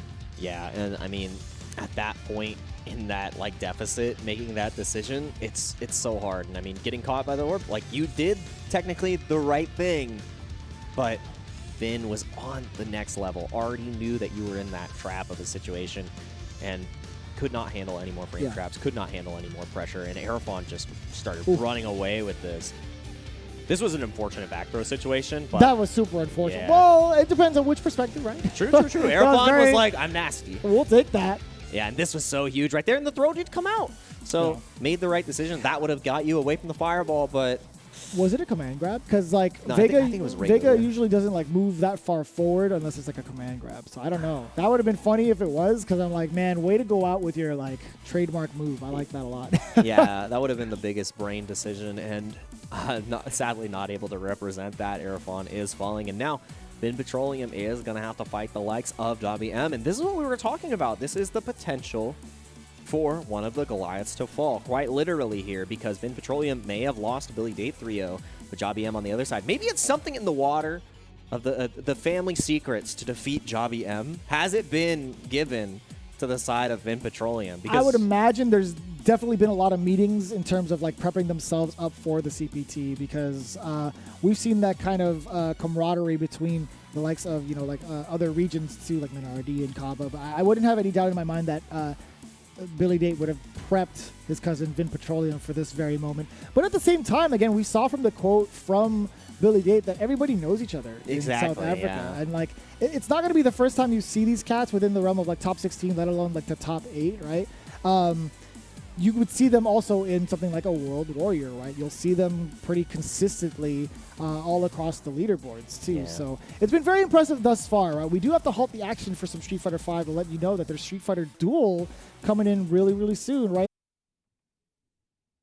3 remain in the region of South Africa. Who will be claimed as the king for the Capcom Pro Tour in this specific region? We'll find out. Is it going to be Jobby M? Is it going to be Billy Date? We still have one more contestant to possibly take down both of them through the ways of Vin Petroleum. He is currently on a hot streak with his cousin up above on the winner's side. So now it's going to be a family affair, right? We're going to see whether or not Jobby has what it takes to take on both family members. Yeah, is it going to be competitor number 1, 2, or 3? We're going to find out soon. And I mean, the family affair is exciting to think about, but you got to go through Jobby M first. And I mean, cousin number 1 already got the job done. Can Vin Petroleum do it as well? Because they've had to talk about this matchup But at the same time, all these players know each other. All these players are the killers we expected to be in this bracket. And, you know, I asked before the break, and I expressed who I thought was going to be taking it all. But I'd love to hear how you feel about this now, because 3 are left.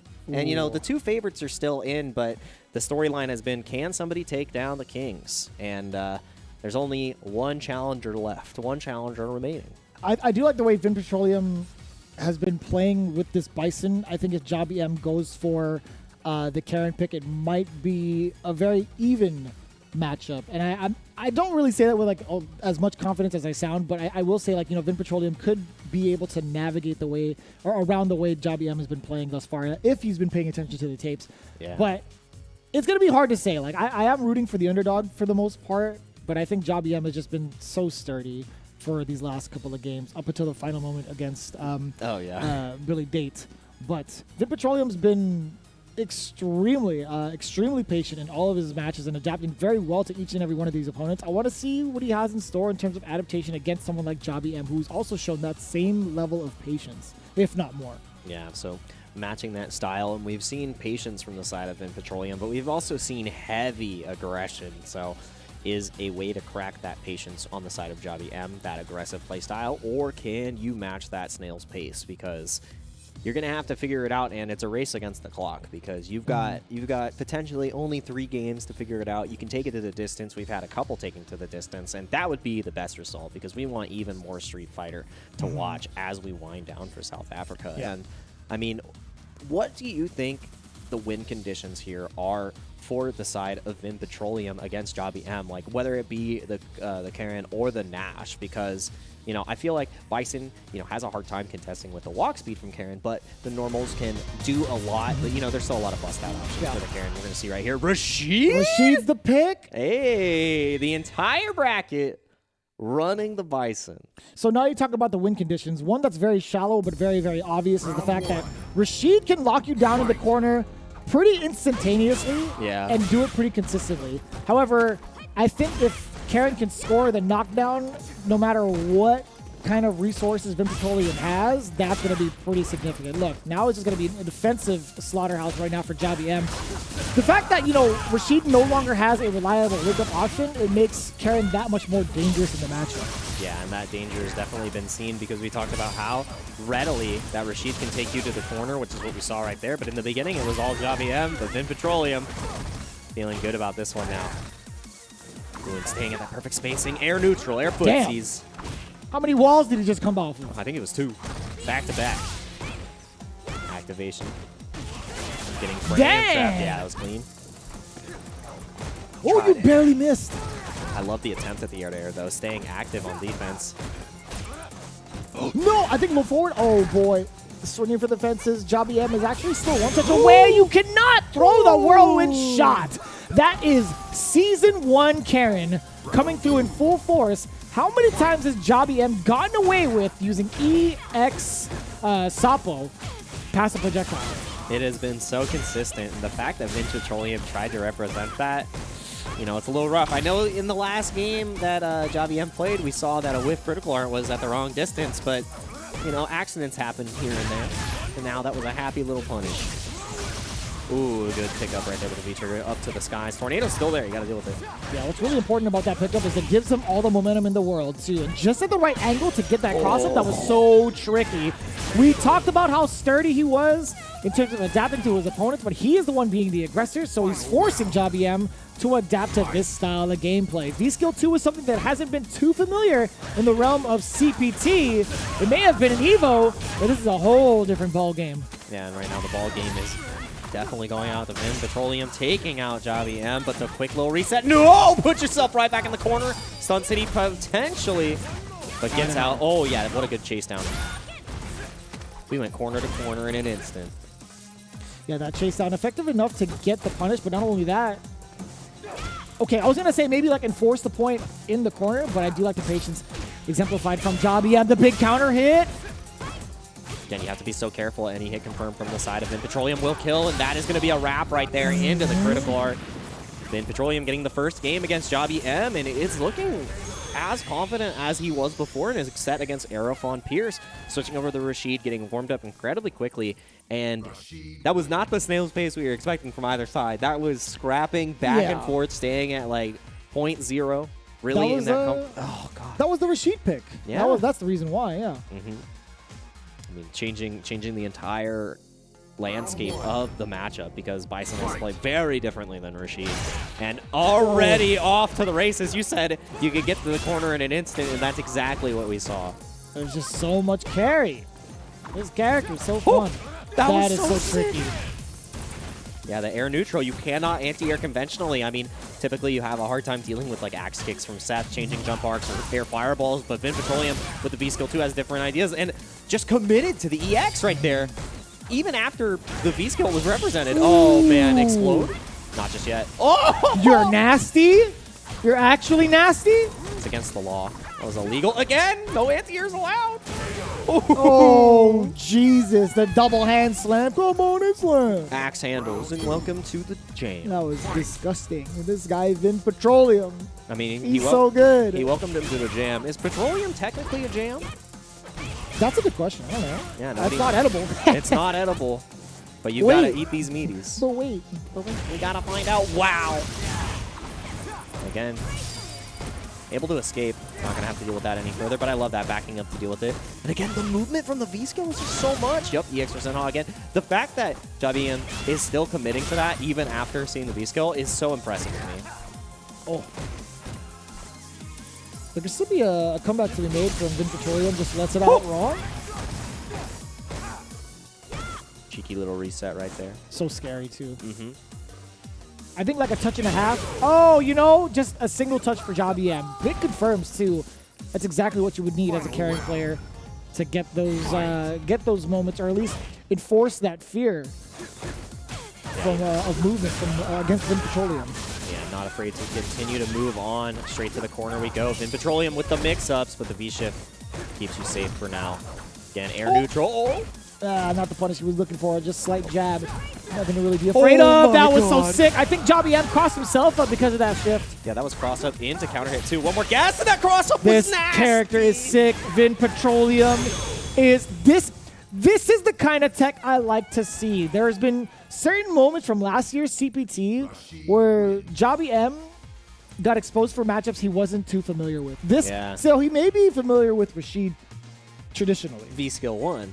But not this. You see how much of a discomfort there is in his gameplay in terms of anti-airing, utilizing V-shifts, especially in certain positions. That last one was super awkward because V-shifted towards the left, towards the corner, but the body, like the character model was facing the other way, so it was like, where do you actually block? Yeah, right? and got hit with a cross-up counter hit as well. So oh, no. It's all downhill from here. Javi M is going for things that aren't even there. You know, he's going for some of the Tenkos off of confirm or block normal. There you go, off of the first confirm we see. There, that's number 2. Let me see number 3. Yeah, really chasing down and snuffing out those backdashes, but now stuck in the corner. Vin Petroleum feels good about this one. Oh, man, Category 5. Can you deal with it? Yes! And now stuck in the corner. Vin Petroleum. That was a good block, too, from Javi M. Just going for a normal block instead of anticipating, like, the V-skill out. Yep. Love that, too. Now, you know, adapting really fast, and we talked about that from Javi M. Able to adapt at a rapid speed, and that's what you need at this point of the bracket. Oh, yeah, no burgling today. No stealing. Vin Petroleum losing that round. Good amount of meter to spare, but again, he has to tie it up here first, or needs a round on the board to put himself in a very favorable position to face off against Cousin yet again. No throw bait here, but does get the throw. That was a big sign. He's like, you know what? Oh, EX% finds the mark against this V-skill 2. Finally getting more comfortable with these anti-airs and, you know, just these throw situations too. Deal with them. Yep. Good reaction. It was an excellent reaction to turn himself away from the V-trigger one. So many ways to change the trajectory on this Rashid. You have to be so aware. Finally, just the patient game from Javi M. Really have to testing his reactions and testing the limits of this set. Gets a game on the board. Wonderful from Javi M. V-trigger into critical art. Easy peasy. What would be really sick to keep Javi M on his toes, switch to Bison, then go back to Rashid. Ooh, yeah. You gotta know what I mean? Like, adjust twice? Maybe only once. Or even like, so Javi's done a great job of contesting V-Trigger 1. I think going to character select and using V-Trigger 2 might be a problem. Yeah, like right? just add another layer because yeah, we've seen it multiple times. Block the mix-up off the V-trigger one, and then was able to get the throw to just like be invulnerable through it. You know, that's a nice thought to change up, but nothing being changed up here, Vin Petroleum. And I don't disagree with him. You're already in a dominant position. You just got to do it one more time with the Rashid. Yeah. JaBM definitely getting enough time to adapt. I think he's enjoying himself with V-Skill 2 way too much to even change it up too. Yeah. Like, even if he goes to V-Trigger 2, I think he'd want to like utilize V-Skill 1 as well, but... Yeah. I mean, it's super fun to utilize, like air flip 2. Oh my goodness. Ian, there it was. Didn't know the correct timing for the anti-air there because the options have been changed up so frequently. Sweet activate. But look at how much more grounded Vin Petroleum has been because of the threat of JaBM. Oh, that could have been... That Even was better. actually disgusting. Whoa! That was actually disgusting. It was a pixel, but I mean, anything to finish the round. Round 2.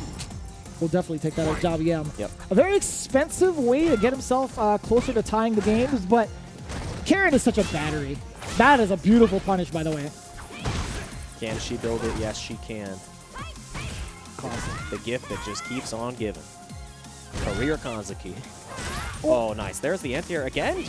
It's the consistency of these anti-airs that have been starting to come out, and the V-trigger gets absolutely nothing done. Yeah, I was gonna say from that range, JaBM like is in the perfect spot to nullify that trigger almost instantaneously. Uh-oh. Oh boy. Uh-oh. Uh-oh. Again, there's the unfamiliarity, the uncomfortability into It's not gonna kill though. Yeah, He no. has to get a reset. Eagle spike, back roll will do it. Oh, and you know JaBM knew it. Nice. Ooh, that was awkward. Match point actually for Vin Petroleum.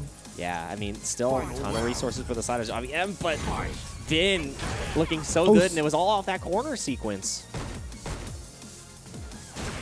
Oh, this is terrifying.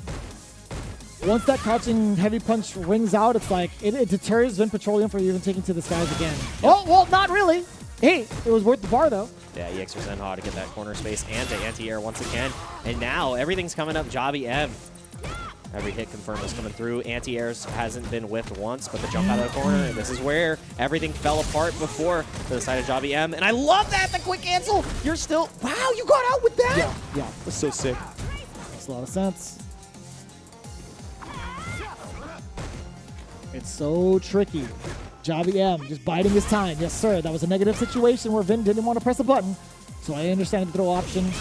Exercise from JaBM, more than enough damage. Even if he didn't go for that option, it could have been critical art, what have you. Karen hits like a truck, and she still had one more bar left. Someone in the chat, a little overzealous already. Cousin has to get his revenge. Not going to be the case as it is tied up 2 apiece. Yeah, you got to earn that revenge first because revenge is not given, it is earned. If I've learned anything from all the shows I've watched, you definitely got to fight for that one. And fighting for his life, Vin Petroleum, JaBM. You know, we talked about it before. We haven't gotten the reverse sweep just yet, but this might be the time. You know, this David versus Goliath story. Can Vin Petroleum overcome Goliath JaBM? And right now, it's looking good in this set. Oh.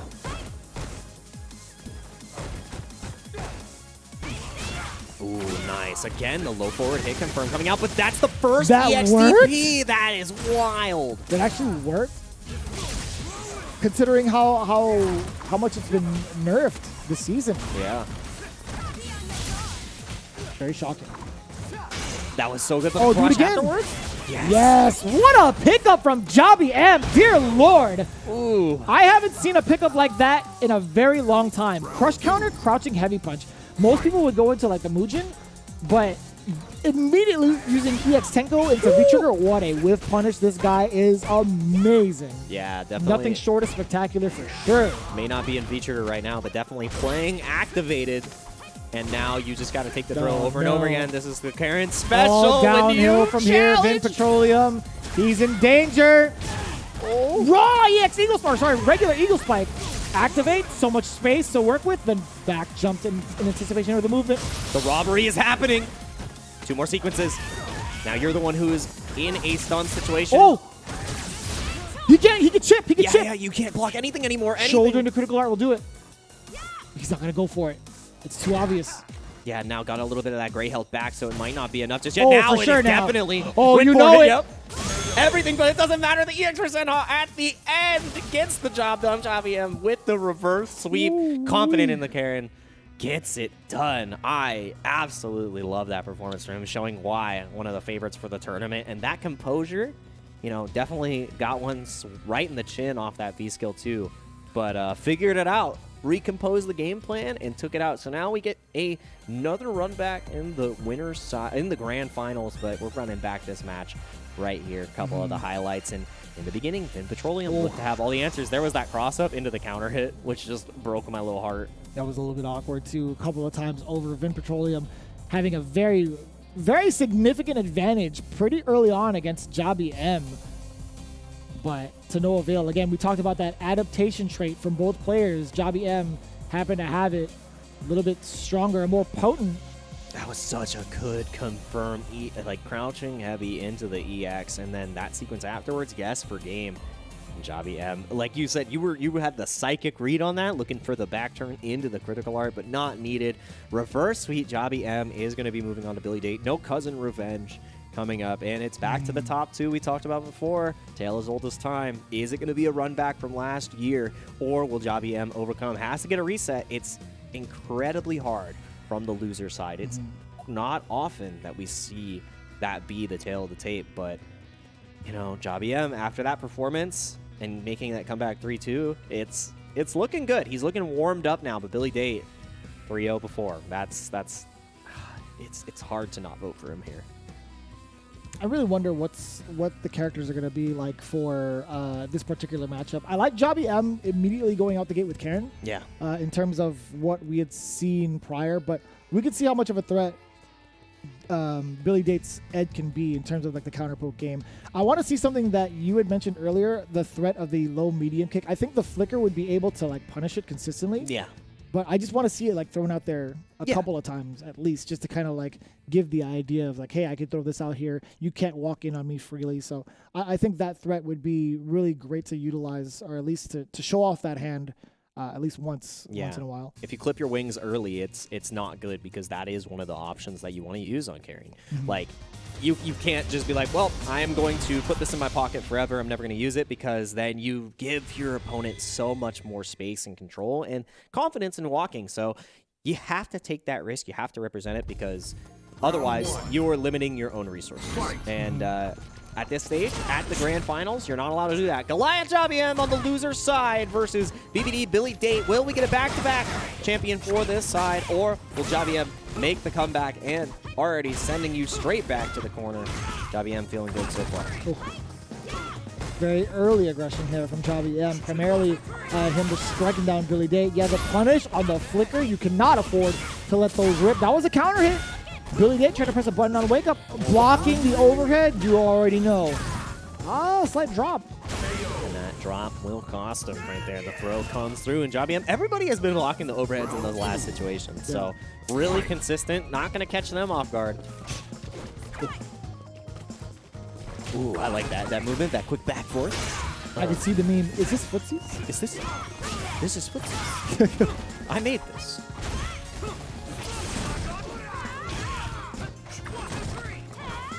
Both players really flailing a lot, actually.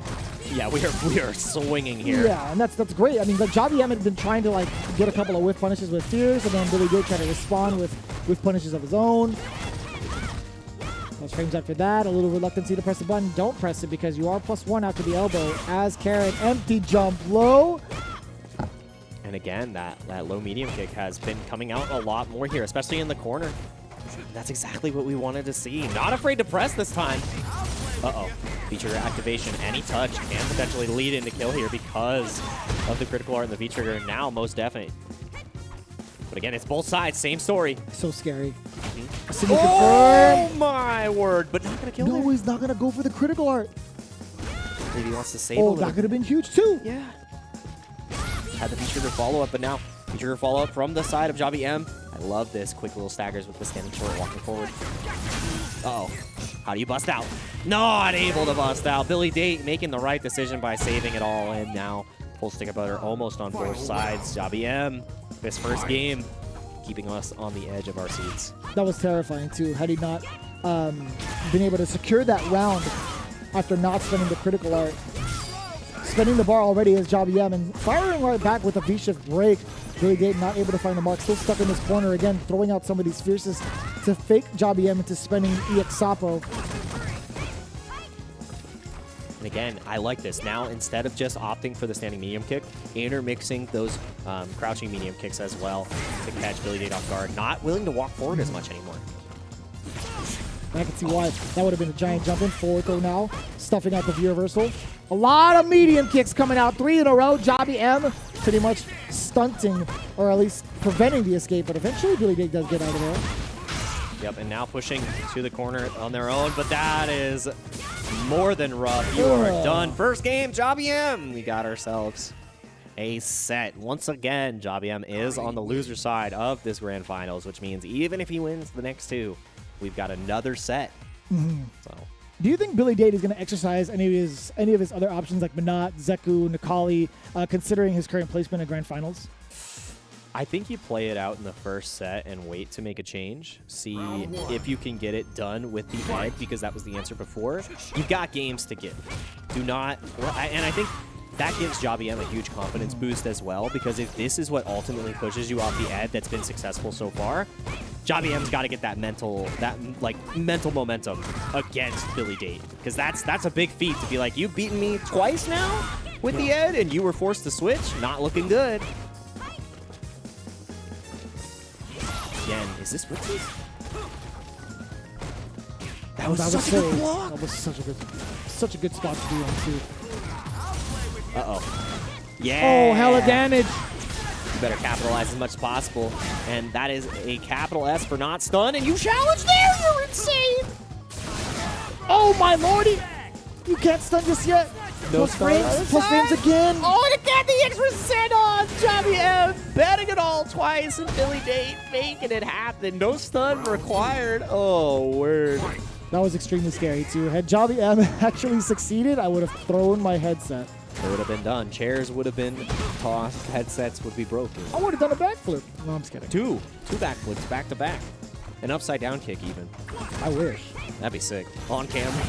That'd be amazing. Just wow! You pop off into an upside down kick and popping off on defense. Jobby M, you blocked it twice. I'll never do it again. The third time's the charm. That's the thing. He'll never expect another EXDP. Couldn't be me. Heavy normal game, heavy whip punish, just back and forth countering, and this is going to be enough at the very end. 1 round apiece. Jobby M, are you going to go 2-0 up? Can you imagine coming from the loser side? Jobby M says, no. No whiffing, no nothing. Quick 3-0 right back. False sense of security. Yeah. That'd be amazing. That's what I want. 2 bars on the side of Billy Date. How is he going to utilize it? He might want to get that big confirm into big damage to set the pace early. Or you could use it as a block string to get that fireball going, 4+ frames. But now Jobby M still playing it out very patiently. Yes. And the thing I like most about this is because he's been interlacing the medium kicks and the low forward, that's where we saw that first throw come through, because afraid of moving forward, Billy Date is not feeling comfortable anymore. Sweep activate. Oh, big pickup. Stuffed out the movement against Billy Date. Uh-oh. Party time. Throw once again. Karine special. Are you going to take the throw? Or are you going to take the stagger? And critical art is on deck here with the V reversal. I mean, the V trigger still here. And that was such a good whip punish. You're dead or that. No! What? He didn't spend a bar? Why? No, he's trying to make a statement. Either that or there was a severe execution error on his behalf. Either way, I hope it doesn't bite him. A couple more gray health. Plus frames? Yeah. Plus frames again? Yep, so many turns. And you really checked the throw right there. You were dead otherwise. And that is it. Wow, what a read. Jeez. Oh, it wouldn't have chipped either on the connection, but sometimes you got to bet it all. And Jobby M betting it all. May have not gotten it at the end of that combo, but Karine's still laughing it to the bank. 2-0 lead in this grand finals. That was actually kind of insane. Like the fact that he managed to make that Orochi connect and have the buffer to back it up after. That was there was a bunch. I gotta say, Jobby's defense was so impeccable those last couple of instances. How many plus frame scenarios was he put under by Billy Date? in that last sequence with V-Trigger. I think it was three back to back, yeah. and it was the throw tech at the very end Sheesh. of the last plus situation. Like the fact that you were like, yeah, I'll block 2, third time's the charm, not today. Only for me. And right now, only looking good for Jobby M. Take the throw. Just do it again. Just take it. It's all right. You're following the rules. You're doing great.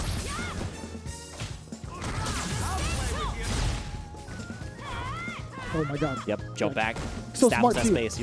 Yeah, if you pretty much lose your momentum offensively, then you have to back it up. If you get thrown in the corner, then you're going to be facing such huge repercussions. Let's try it again and again and again. Billy Date finally gets Jobby M to crack under pressure. And the critical art builds right there just in time. It's going to be more than enough damage. This will be my round. I think you're right there, Ed. Good assumption. Really Good deduction. eye on you, bud. Good deduction right there, bucko. But Jobby M trying to deduce a way to get this third game. Flicker, flicker. Little twinkle in my eye. Little hit confirm as well.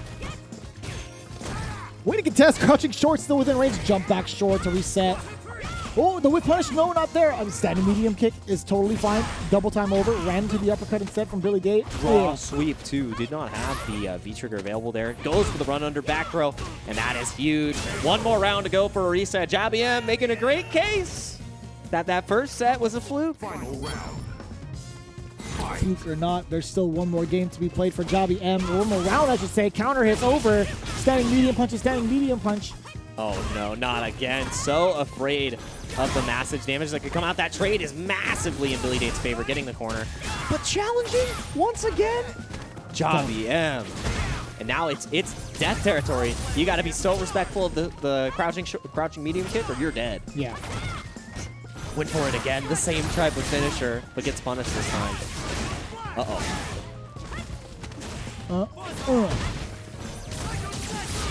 Yep, get off me. A single touch will do it for Jobby M. And he knows it as well. Can't rely on V-Trigger. Has to get something pretty big. Yeah, he's already attempting to with the Orochi, right? Yeah. Orochi into critical art. Kind of trying to go for the back-to-back. So close. Again, winding it up. Force to the corner. No! Buffered it, and that's not going to be enough. I don't think we see another unfortunate miss punish like we saw from Arafon earlier. Billy Date just sending Jobby to the skies. A game on the board. We got ourselves a set. That's so scary, too. It was actually so scary. It could be the start of something terrifying for Jobby M, or is it something that he needed to wake him up? He's still just one game away from getting the reset. On the other hand, Billy Date finally on the board. Despite being in the lead technically from the winner's side, it forces Jobby M to reconsider his decisions. He's got himself into the character select screen. It's got to be the Karen still. There's no shot. Like I think the Karen did more than fine. I think there was a lot to be said in that particular round. There was a slight flub up towards the end, a little bit of I guess overzealousness in terms of the Orochi canceled into critical art. Right, he didn't need to give the game away like that. So I think there's a lot to be said with that. Karen, I think he should stick to it personally because it was doing just fine.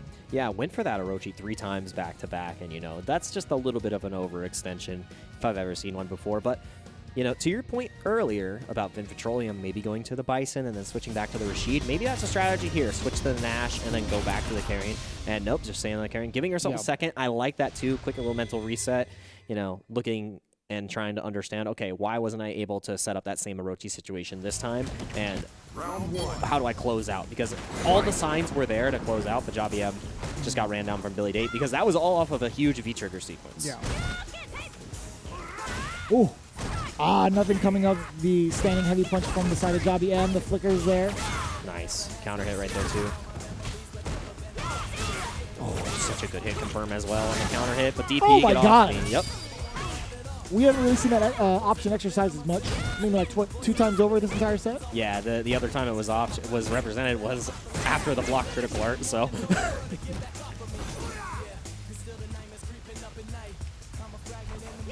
Again, playing this patient neutral, the standing medium kicks are coming out again, and Jobby M is being a little bit more reserved with the crouching medium kick. I like that a lot. So you activate. Do you opt to save your V-trigger? Or do you start using V-reversal? Nope, just opting for the V-trigger. I like that a lot. Does not want to lose that offensive opportunity. Oh my God. Again, about to build that third bar. Gotta be so careful. Oh! That was unfortunate. But nothing after. No, yeah, you can't. Yeah. Uh-oh. Plus frames, the V-shift out of there. Again, being able to flex that new defensive option so imperative against something like a sequence from Ed's V-Trigger 2. Looking for that low medium kick. And again, the V-shift. Once again, that was such a good punish. Just ahead of the curve. Should be able to kill here. Yes. Also, what we've seen too is a side switch. Just realized Jobby M is now on the right side.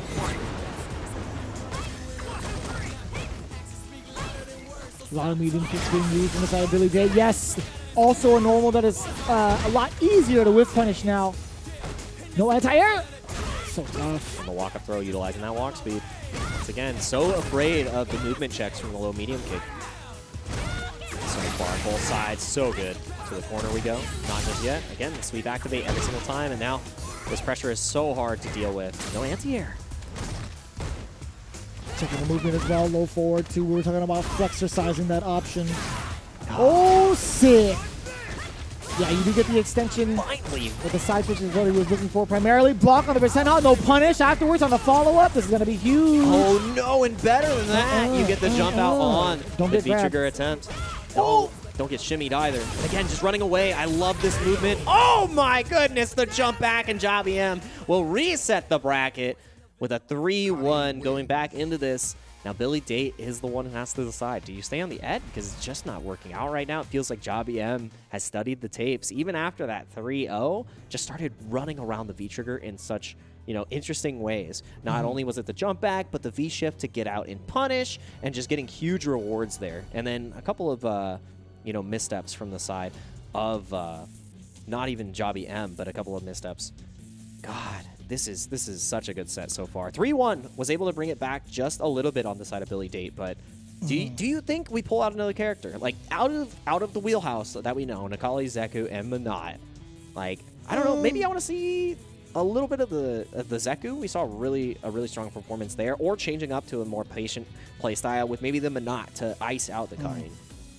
I want to see the Necalli. You want to see the Necalli? I want to see Necalli V-Trigger 2. Ooh, okay. For no reason. No, I mean, reason. I think I do like Just the threat of Billy Date's Necalli being up there. We saw the results from how it played out in the finale, so I wouldn't be surprised if he stuck it to Ed, which he does. Yeah, I think this is going to be like his breadwinner for at least this matchup against Jobby M. Round 1. Yeah, the bread and butter right here. We're going to see as we go into the final set of the day, the final set of CBT Africa, and we talked about in the beginning, Jobby M utilizing that low forward, and it is helping him move forward in such confident strides in this last set of the day. Cool. Don't get thrown. I want that back out. Yep, get off me. I like that anti-air from Billy Date. Decent amount of damage, but more importantly, gets him out of the corner. The big whiff punish. On the way out yet again. I'll play with you. Checking the movement low forward. No plus frames here. I like that D-reversal in that sequence. Do it again before the trigger even comes out. But Billy has access to one more, by the way. Let's see the knee. Dropped. Dropped the situation. Final one would have been the decider. Didn't get the confirm after, but the flicker to follow up takes down Jobby M in this first round. And I love that double V reversal to get away from the V-trigger, and that was what helped him out in the last set, just avoiding the V-trigger. But this time, Billy Date, third charge, gets it done, third time's the charm. Uh-oh.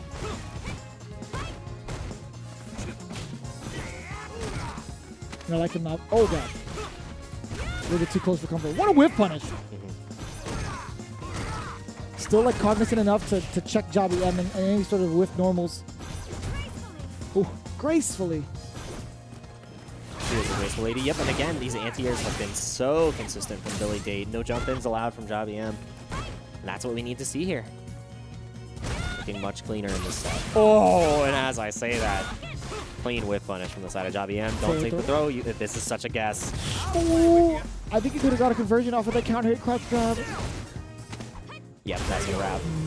Very good throw from Jobby M. Man. What is Billy Date supposed to do? I know he got the first round, but like that second round seems so dominant from Jobby. Yeah, and again, the dominance continues going, and that wasn't even a counter hit. That was just catching him walking forward. And you got to be so hesitant now. Oh, the whiff punish on that normal. Extending medium. Oh, that's right. Oh, again, EX Resentful has started to connect now. Before it was blocked every time, but Billy Date a little bit too eager to stay on offense.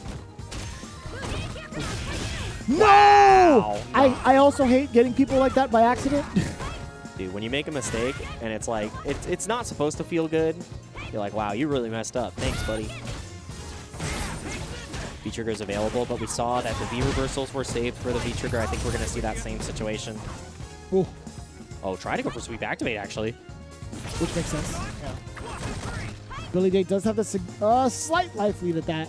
Jobby M doesn't have critical art yet, so is looking to build it before going into trigger.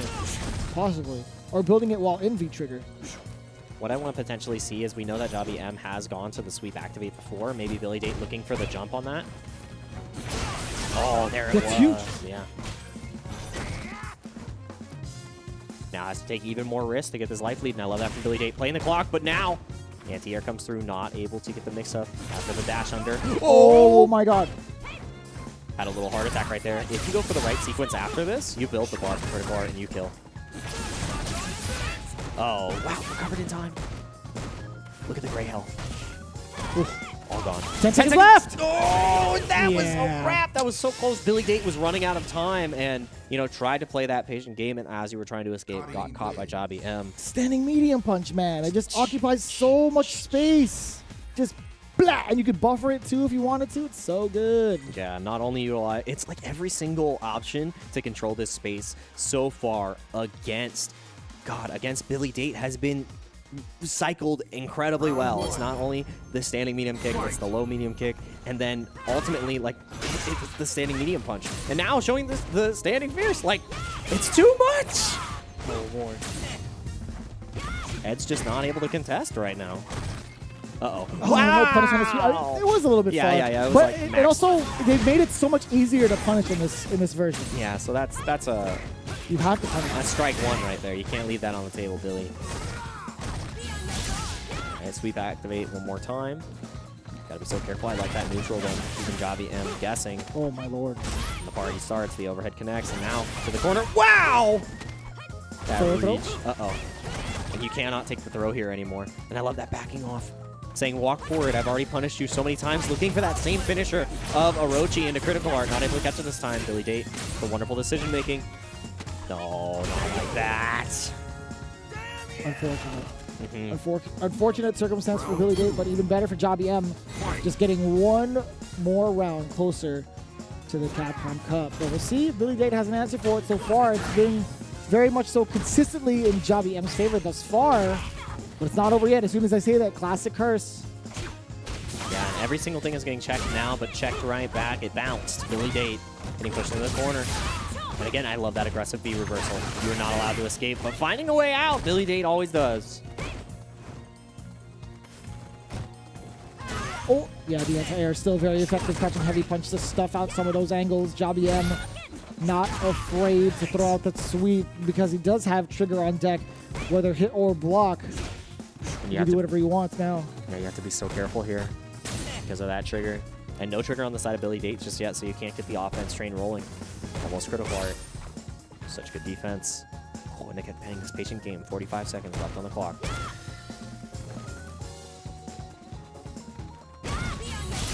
It's so much. It's so intense. It's so intense. Just anybody, it's literally like burst damage off of a single hit.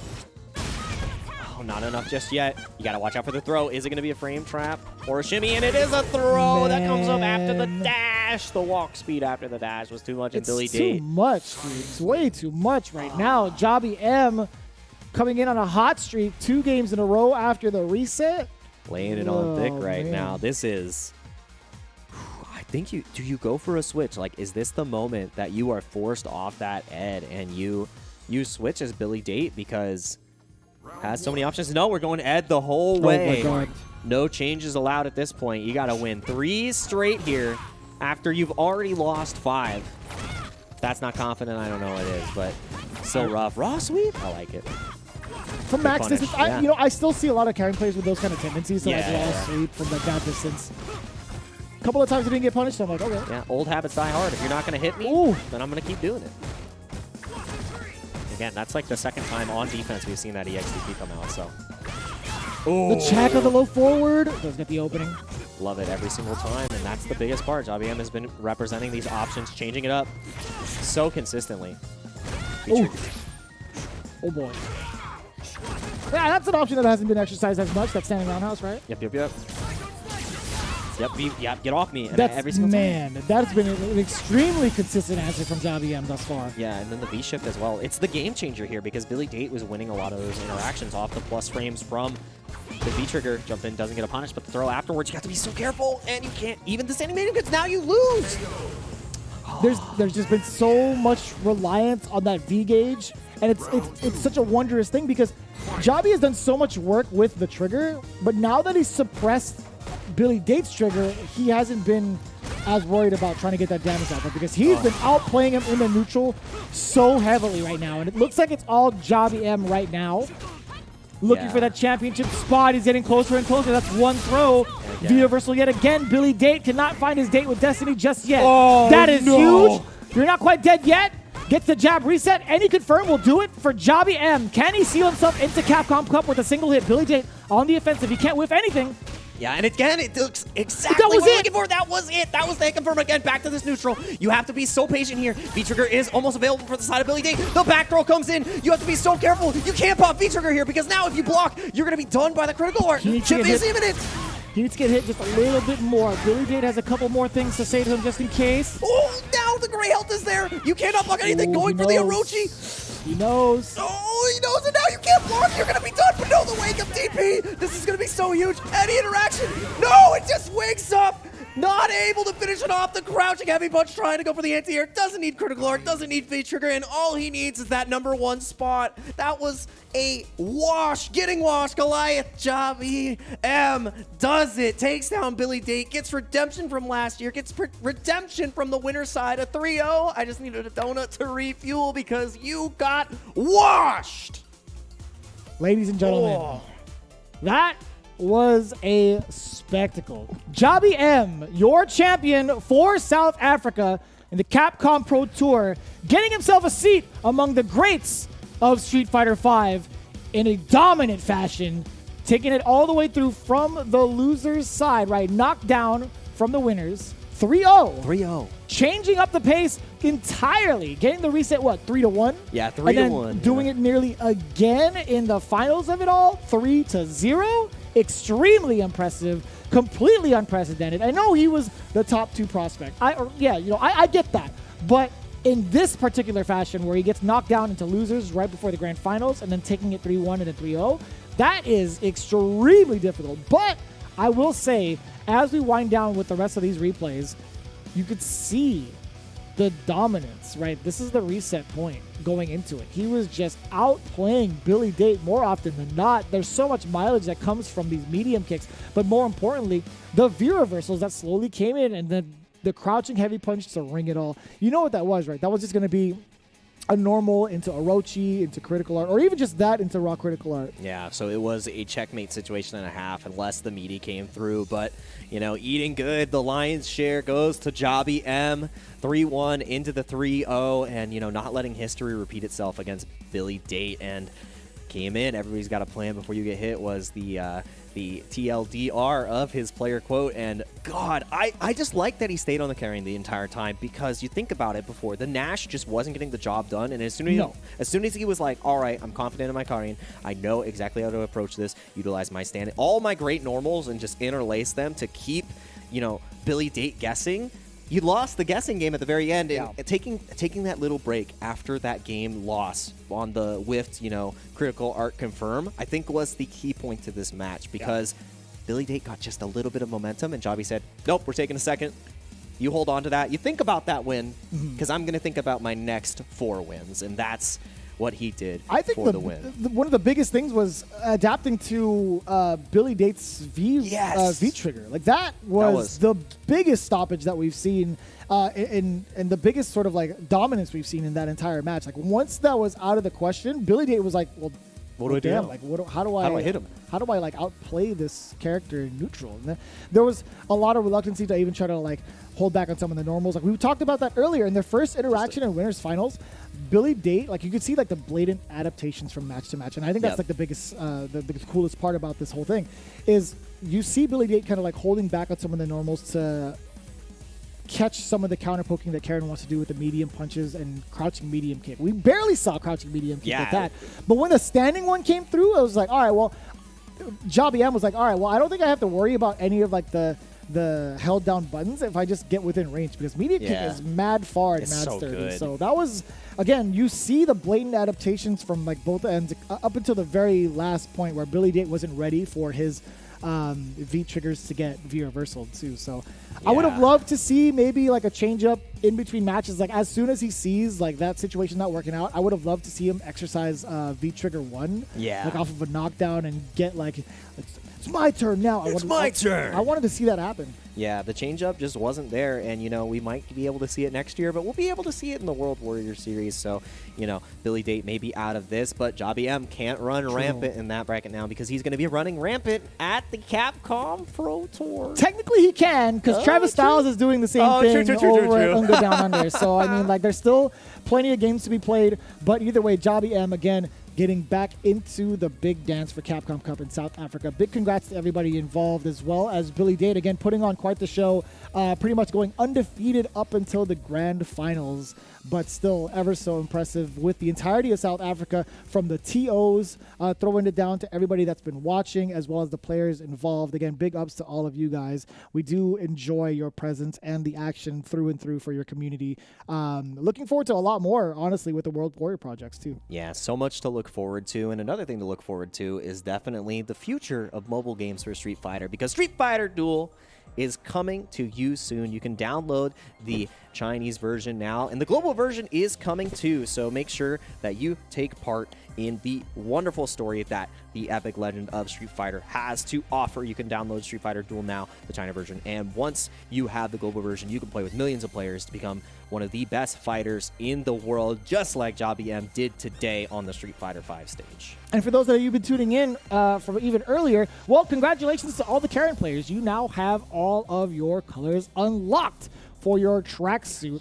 And it's kind of interesting to see the Karen unlocked through ways of Jobby M. You know what I'm saying? Yeah. Because there's so many like Karen players out there that could have done it, but Jobby M is the Karen player technically right now to unlock the color first. So there it is, ladies and gentlemen. Be sure to hit him up over on social media and thank him proper for unlocking all those tracksuit colors for free. And it's been an absolute pleasure also just being able to watch every single one of these matches with the community as well. It's been super fun, but it's not even close to done, actually. We do highly encourage you guys to stick around because we have so much more to talk about. The entire journey of top 16 up until top 8, and potentially, you know, talking about what's to come in the future of the Capcom Pro Tour. So stick around. After this break, we'll be back with just a little bit more, and we'll see you in a little bit. The top 8 has concluded with Jobby M reigning supreme over the South Africa region for the Capcom Pro Tour. But we've got even more to discuss now. If you're just joining us, I'm Jay Grian, joined by Vicious, and we will soon be joined by a guest, Vicious, from this top 8 as they tour their way the entire way through. It's no surprise it's going to be Jobby M, and it's no surprise that he made it up until that point, right? We saw how dominant he was in last year's CPT up until the finale, and even more so again this year. Not even in just the CPT, but the World Warrior as well. But now he has no reason to even enter those unless it's for fun. Yeah. But let's bring the guy in, actually. Jobby M has been on standby and been hanging out with us and getting ready for this interview because of the fact that, well, he's that guy. He already knew. He is First that and foremost, guy. yo, Jobby M, big congrats to you, man. Thanks, man. I actually don't even know what to say. Like, I'm just all over. Like, I'm even myself, like, I'm surprised I managed to bring it back. You know, it's like after I just had some Red Bulls and they kicked in, I don't know if it's just like, hey, Yeah. my mind is all over, man. Well, I mean, with the composure that you showed, especially after that winners final set, I was incredibly impressed. The Nash wasn't able to get the job done, and the first question I wanted to ask is, what was your mindset going into that reset, picking Karin, and just, committing to it the entire time? Because it felt like you figured out the matchup against the Ed in such a fantastic way, where Billy D just didn't know how to navigate neutral against your normal placements. When I picked Nash, it was more to combat the V triggers, V trigger 1 and V trigger 2, as well as play and win the neutral. To be honest with Karin, I know I can win the matchup, but it's just a matter of winning the neutral, which is easy for Ed to frustrate you, to be honest, So when I played that last, so I got 3 Odin winners. That last game when I switched to Karin, it wasn't all bad. It was just that I let the pressure get to me. So going into the reset, after playing Vince and coming back from that crazy Rashid, he was all over the place, and finally, when I stopped him, I just felt a burst of momentum, and I said to myself, "There's no way Ed can be worse than Rashid." I just need to go with my gameplay, and I like this. Things just started coming together. They just started coming together. It's almost like I was in the Matrix now. Yeah, we kind of saw that exercise from you towards the end, like after the reset had happened. To kind of talk us through it real quick, when you had started to use the V reversal specifically against the offensive options that Billy Date was using for his own V trigger, like was there something that finally clicked? Is like, all right, well, now that I don't have to rely on my V trigger as much, just utilizing these V reversals, there was so much more of a neutral threat that you presented. Can you talk us through those moments as soon as you found that answer of V reversal against Billy Date's V trigger? So he started finding the answer a bit late to the V reversals, because with Ed's V trigger 2, you have to V reversal late. You V reversal the fireballs or whatever. You have to V reversal late. So you actually have to look for the snatcher. So that's what I was doing. The minute I saw the snap, if you saw, most of the time he tried to bait out the V reversal, and he did the, I don't know what you call is it the back heavy punch where he comes towards you? Yeah, that makes sense. Yeah, you try to bait out the V reversal by not going into the snatcher, but because I'm delaying the V reversal, I realized, okay, so he didn't do the snatcher, and let me just throw him and continue my pressure. He started in the last game, but it was a bit too little too late. In the last game, what he started to throw out the snatcher. So I blocked one, but he knows that, okay, now I'm looking for the snatcher. You see, if he throws it, I might jump over him, and punish him. So at that time, I knew I had him. Man, I love that confidence that you had, because we were talking while we were commentating that the V reversal was the key, because every single time he started to get momentum going, Billy Date, it just felt like as soon as the V trigger was gone, it's like, all right, well, how do I hit Job? He was stumped. He was legit like, stumped. man, yeah. None of these normals are working. I can't frustrate him anymore. And your just consistency, like with the back turn Orochis and your critical arts, were just across the board. He couldn't move forward, couldn't jump, just ran out of options. But now, you've got a lot of options to wait for in the future, because you have a lot of opponents on that grand stage, the final dance of CPT. And this is a dual part question. Do you still plan on entering the World Warrior Series for your scene to keep yourself sharp and, be like Travis Styles and get all those points? And who, out of everyone that's qualified so far for the Capcom Pro Tour, who do you have your sights on? Who are you most excited to play in the world? I'm excited to play Kawano. I just want to... he's the guy I really want to play. If Punk qualifies, then he's going to be the guy I want to play the most, But if he doesn't, then Koano. But as for the World Warrior events, I'm not entering. I'm not gatekeeping. It's really a fantastic opportunity that there's a potential 2 spots for SA. So I really want to let the guys duke it out, because this like even now thinking about this win, it's getting I'm getting a bit emotional, you know, because it's always been, I know it's a dream for a lot of players to compete at Capcom Cup, you know, so I don't want to really gatekeep people's dreams, especially because what were the chances for us to even get a CPT? You know, now we got potential 2 spots, you know, so I'm not gatekeeping, but I will be entering the other local tournaments. That's amazing. I love that. And on the emotional piece, you know what? This is your moment. You get to feel it all right now. So, you know, all smiles, whatever you're feeling, like, feel your feelings, man. You are right now, you are the undisputed best in your region. That's true. And that is, I loved watching your region. So give yourself that credit. And we talked about this a little bit earlier, right? This is a once-in-a-lifetime opportunity because of the fact that this might be the final year of Street Fighter V, all things considered, right? So again, you're doing so much for the community and making this possible. Also to the tournament organizers that have been putting it down. We see them on social media. We see how active you guys are and putting yourselves in the spotlight. And again, your skills speak for yourselves. But now I really want you to have the spotlight, to speak for yourself and possibly thank everybody that's been a part of your journey. So please, Javi, if you will. My man. You're amazing, man. You did so good. To be honest with you, man, I gotta say, like, you could just, you know, hear the amount of support that's been put on for this entire community and how much it means to everybody. So Javi M, again, your sentiment is easily shared with everybody, like, in and outside of this desk. So it 100% is like the realest experience and honestly the truest form of expression. We appreciate you for sure, man. Yeah. Take your time if needed. Actually the GOAT, man. Yeah, you're so good, dude. Like, I gotta say, I was so incredibly impressed because I know that when Vicious and I have been in that 3-0 position trying to come back, it's so hard. Dude. You made it look like it was another day at Actually the office. nuts, man. This is your moment, brother. Like, this is like everything that you've been aspiring to go through, like everything that you put your hard work into. Like, this is like things that guys like ourselves, like Jake Ryan and I, like we aspire to even like get to.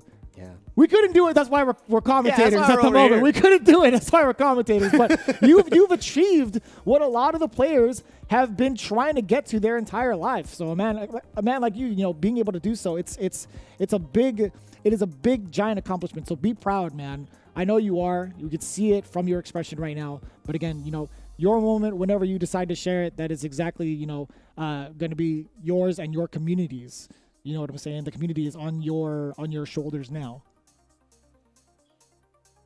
I just want to thank Capcom for hosting, you know, and thank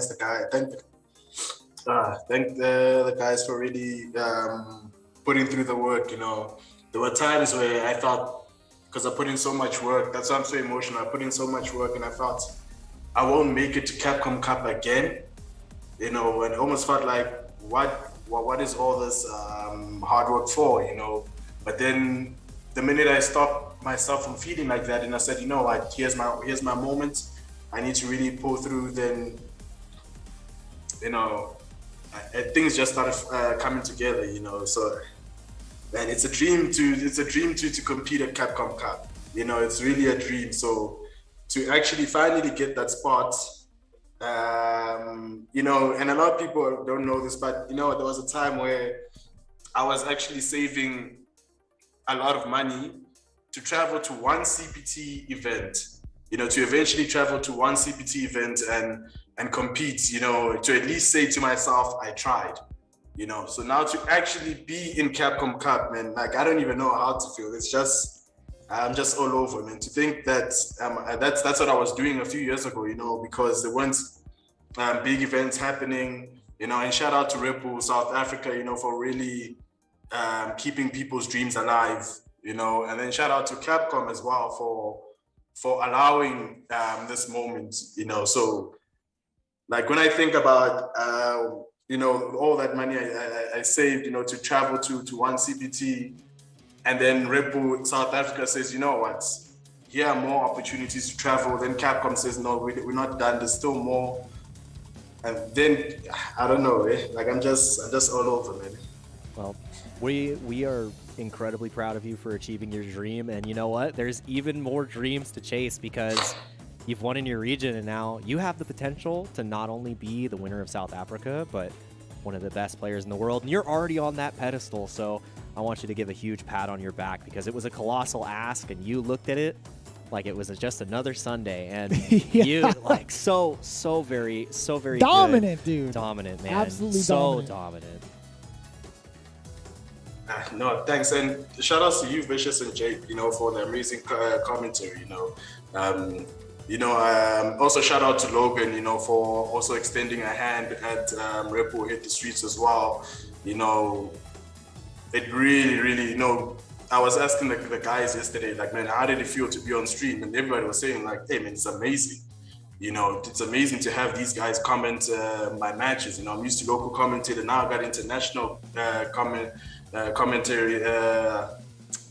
Just shout out to you guys as well, man. And big love to Effort and Logan. The guys from across the pond definitely feel your sentiment.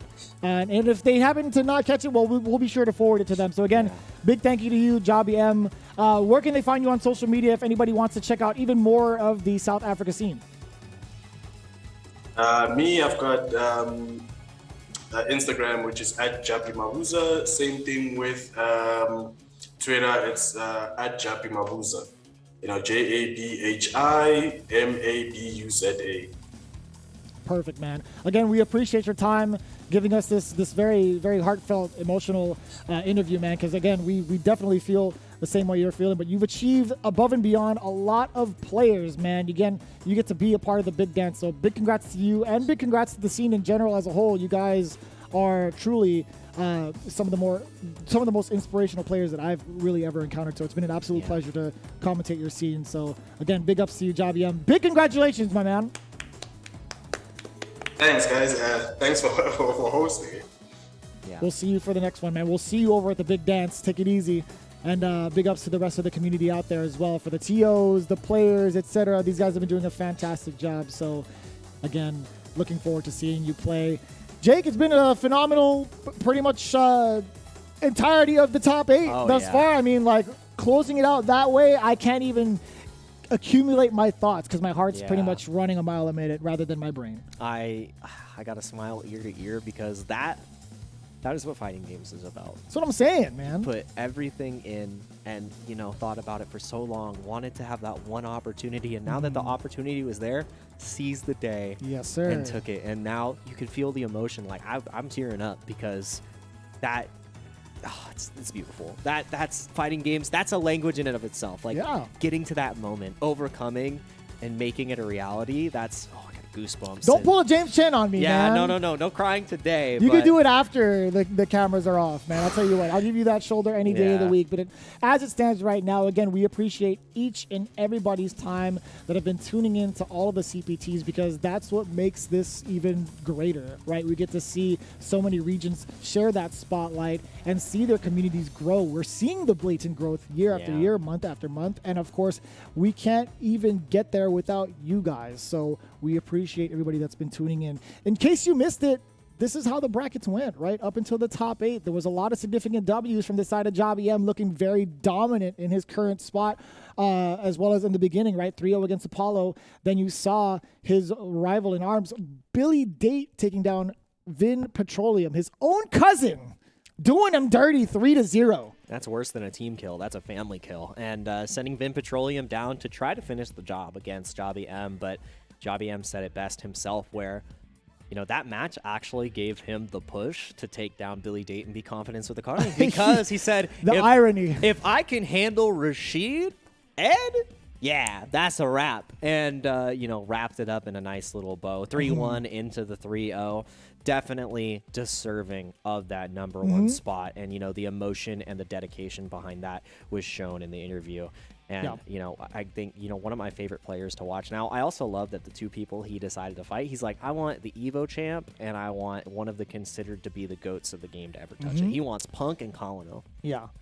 And also big ups to everybody that's been involved with the top 8, right? Ren, Fireblazer, Naruto, RSA, as well as Erafon Pierce. Again, taking 4th place, still within the money. But even further than that, right? In the top 16, we had Psycho 9 making his appearance as well. We had Goba, a second appearance, Clivisto, Hart, Ryan PM, Soap, one of the youngest cats in that entire group, as well as 7BD. You guys, put on a phenomenal show, and we appreciate being able to talk about it on the CPT, on an official forum or official stage and platform. Yeah, it makes me so happy that your region gets to get represented and even more opportunities. Huge shout outs to Logan and F Word for enabling you guys to show your strength and be a part of the CPT. And, you know, even though we are done with this event, we have crowned a winner. There's going to be another winner crowned next week in Brazil. So Brazil CPT is on the way. Go to capcom.us/Brazil to get signed up. Registration closes tomorrow, so you need to make sure to hop on that now or miss the train, because you're going to have to train and get ready for September 3rd and September 4th to fight with the best. And, oh, man, that if it's even close to what we just got to see today, because we had banger after banger after banger. Man, oh man, I am looking forward to the rest of the Pro Tour. Yeah, and even so, like after this event, if we could take a look at the calendar, we also have the Nordic and Baltic region where we have a significant break, right? We do have 5th, 10th, and 19th to kind of chill a little bit, but that's the perfect time to get yourself registered for that specific region. Nordic and Baltic region is going to be happening on September 24th. Then another CPT event in Asia with the registration period pretty much in the first couple of weeks of October. And then you know what's really exciting about that? Tokyo Game Show afterwards. It's going to be so sick. I want to see more Street Fighter 6 being developed. But as it stands right now, ladies and gentlemen, we still have World Warrior events going on each and every month. So again, be sure to tune into that as well at CapcomProTour.com. You can see all of the organizers involved. Again, BR Kumite, we got the MM Series, Ultimate Open Series, Get Washed, Blink Underground, World Warrior, Incendium, Iberian Series, Super Saturdays. We got the Sonic Hurricane at that. Salt Mine League, WNF, Champions Road versus Community, Unga from Down Under, Slash and Dash, as well as the Spirit Zero TWF Battle Open Series, and of course the Clash. You guys are putting the most when it comes to your community, and for a good reason. Again, the World Warrior events for 26 regions, for 26 champions. Again, go over to CapcomProTour.com for the details and to sign up. And we've got no more matches to go over, no more champions to discuss, but congratulations once again to Javi M, the pure and solidified winner of CPT South Africa. And you know what? It's been an amazing day. I had a blast commentating with you, Vicious. I don't really have much more to say to the people than stay safe, stay good to each other, and have a fantastic rest of your weekend, because we will see you next week. And we had one hell of a time commentating South Africa, so we'll see you later.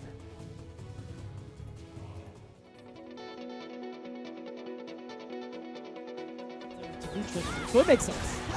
That's fine. It's a very similar gameplay loop. Damn! That is rough. Oh, man. He tried to V-shift but still got caught the V-skill. That was unfortunate. Run right now. Oh, no. And more than a stun. Big punish right there off the front counter. That should be a wrap, because you have the damage on deck. Plus, a low-scaled starter. And now go with playing it patient. Again, willing to spend that time and getting caught by the raw speed. Send that out because of the V-trigger. What a check. Enough kills, good punish, and the critical art. Don't think it's going to be enough to kill. It's going to be a one-touch situation now. Yeah, off of the lights. Still got one touch left. I don't even think it's going to be a medium punch. Now it is, like with chip damage. Uh-oh. And that trade definitely goes in the favor of Airfon Fears, but this activated the V where things can really shine. Punch on the rope. Man grabs. Next hit will lead to a stun scenario. Oh, that's not going to be enough. Oh my goodness. Oh! That is so tough. That is... He did before, actually. Again, the lack of confirmed. We are 1 for 4 on that. That's incredibly rough. Now being activated as the full charge, and the V-shift gets punished. Stun's going to be the next touch. And that's actually even better, because now critical art is going to kill. And that should be the set.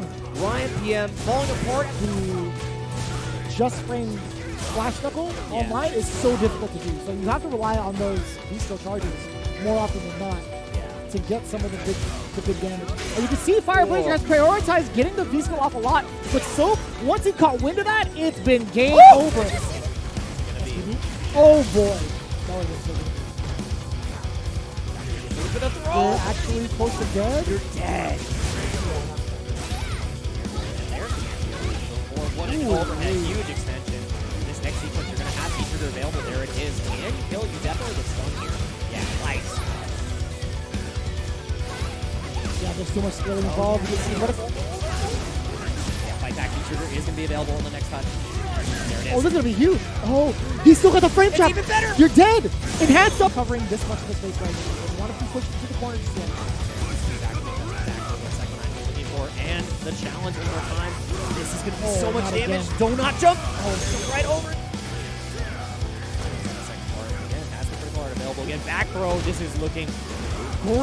Dead. And yeah, That's you it. are deader than dead. Ladies and gentlemen, oh, he no, dropped the it. drop! But it Not doesn't matter, like you this. recover in time, and That was just a bait. That was just a bait. That was an advanced tech. Johnny M sticking to apply even more pressure. Look at the damage off of the Senha afterwards. Always creating that space. Jobby gets a big hit. No! what just happened? Oh, one more time. Johnny M, what are you made of it? Bring you that. Oh, Or you will die. And again, it's just Vin Petroleum has not gotten an opportunity to play. Damn, the frame trap. It's still not within range of grab. Oh boy, taking me for a ride. That is for sure. Worth the meter, you already know. No quick rise? It doesn't matter. It's petroleum. This is what I said I wanted to see yesterday. The air burst. I'll come to my case. Oh, man. That's true. Yeah. Oh. No.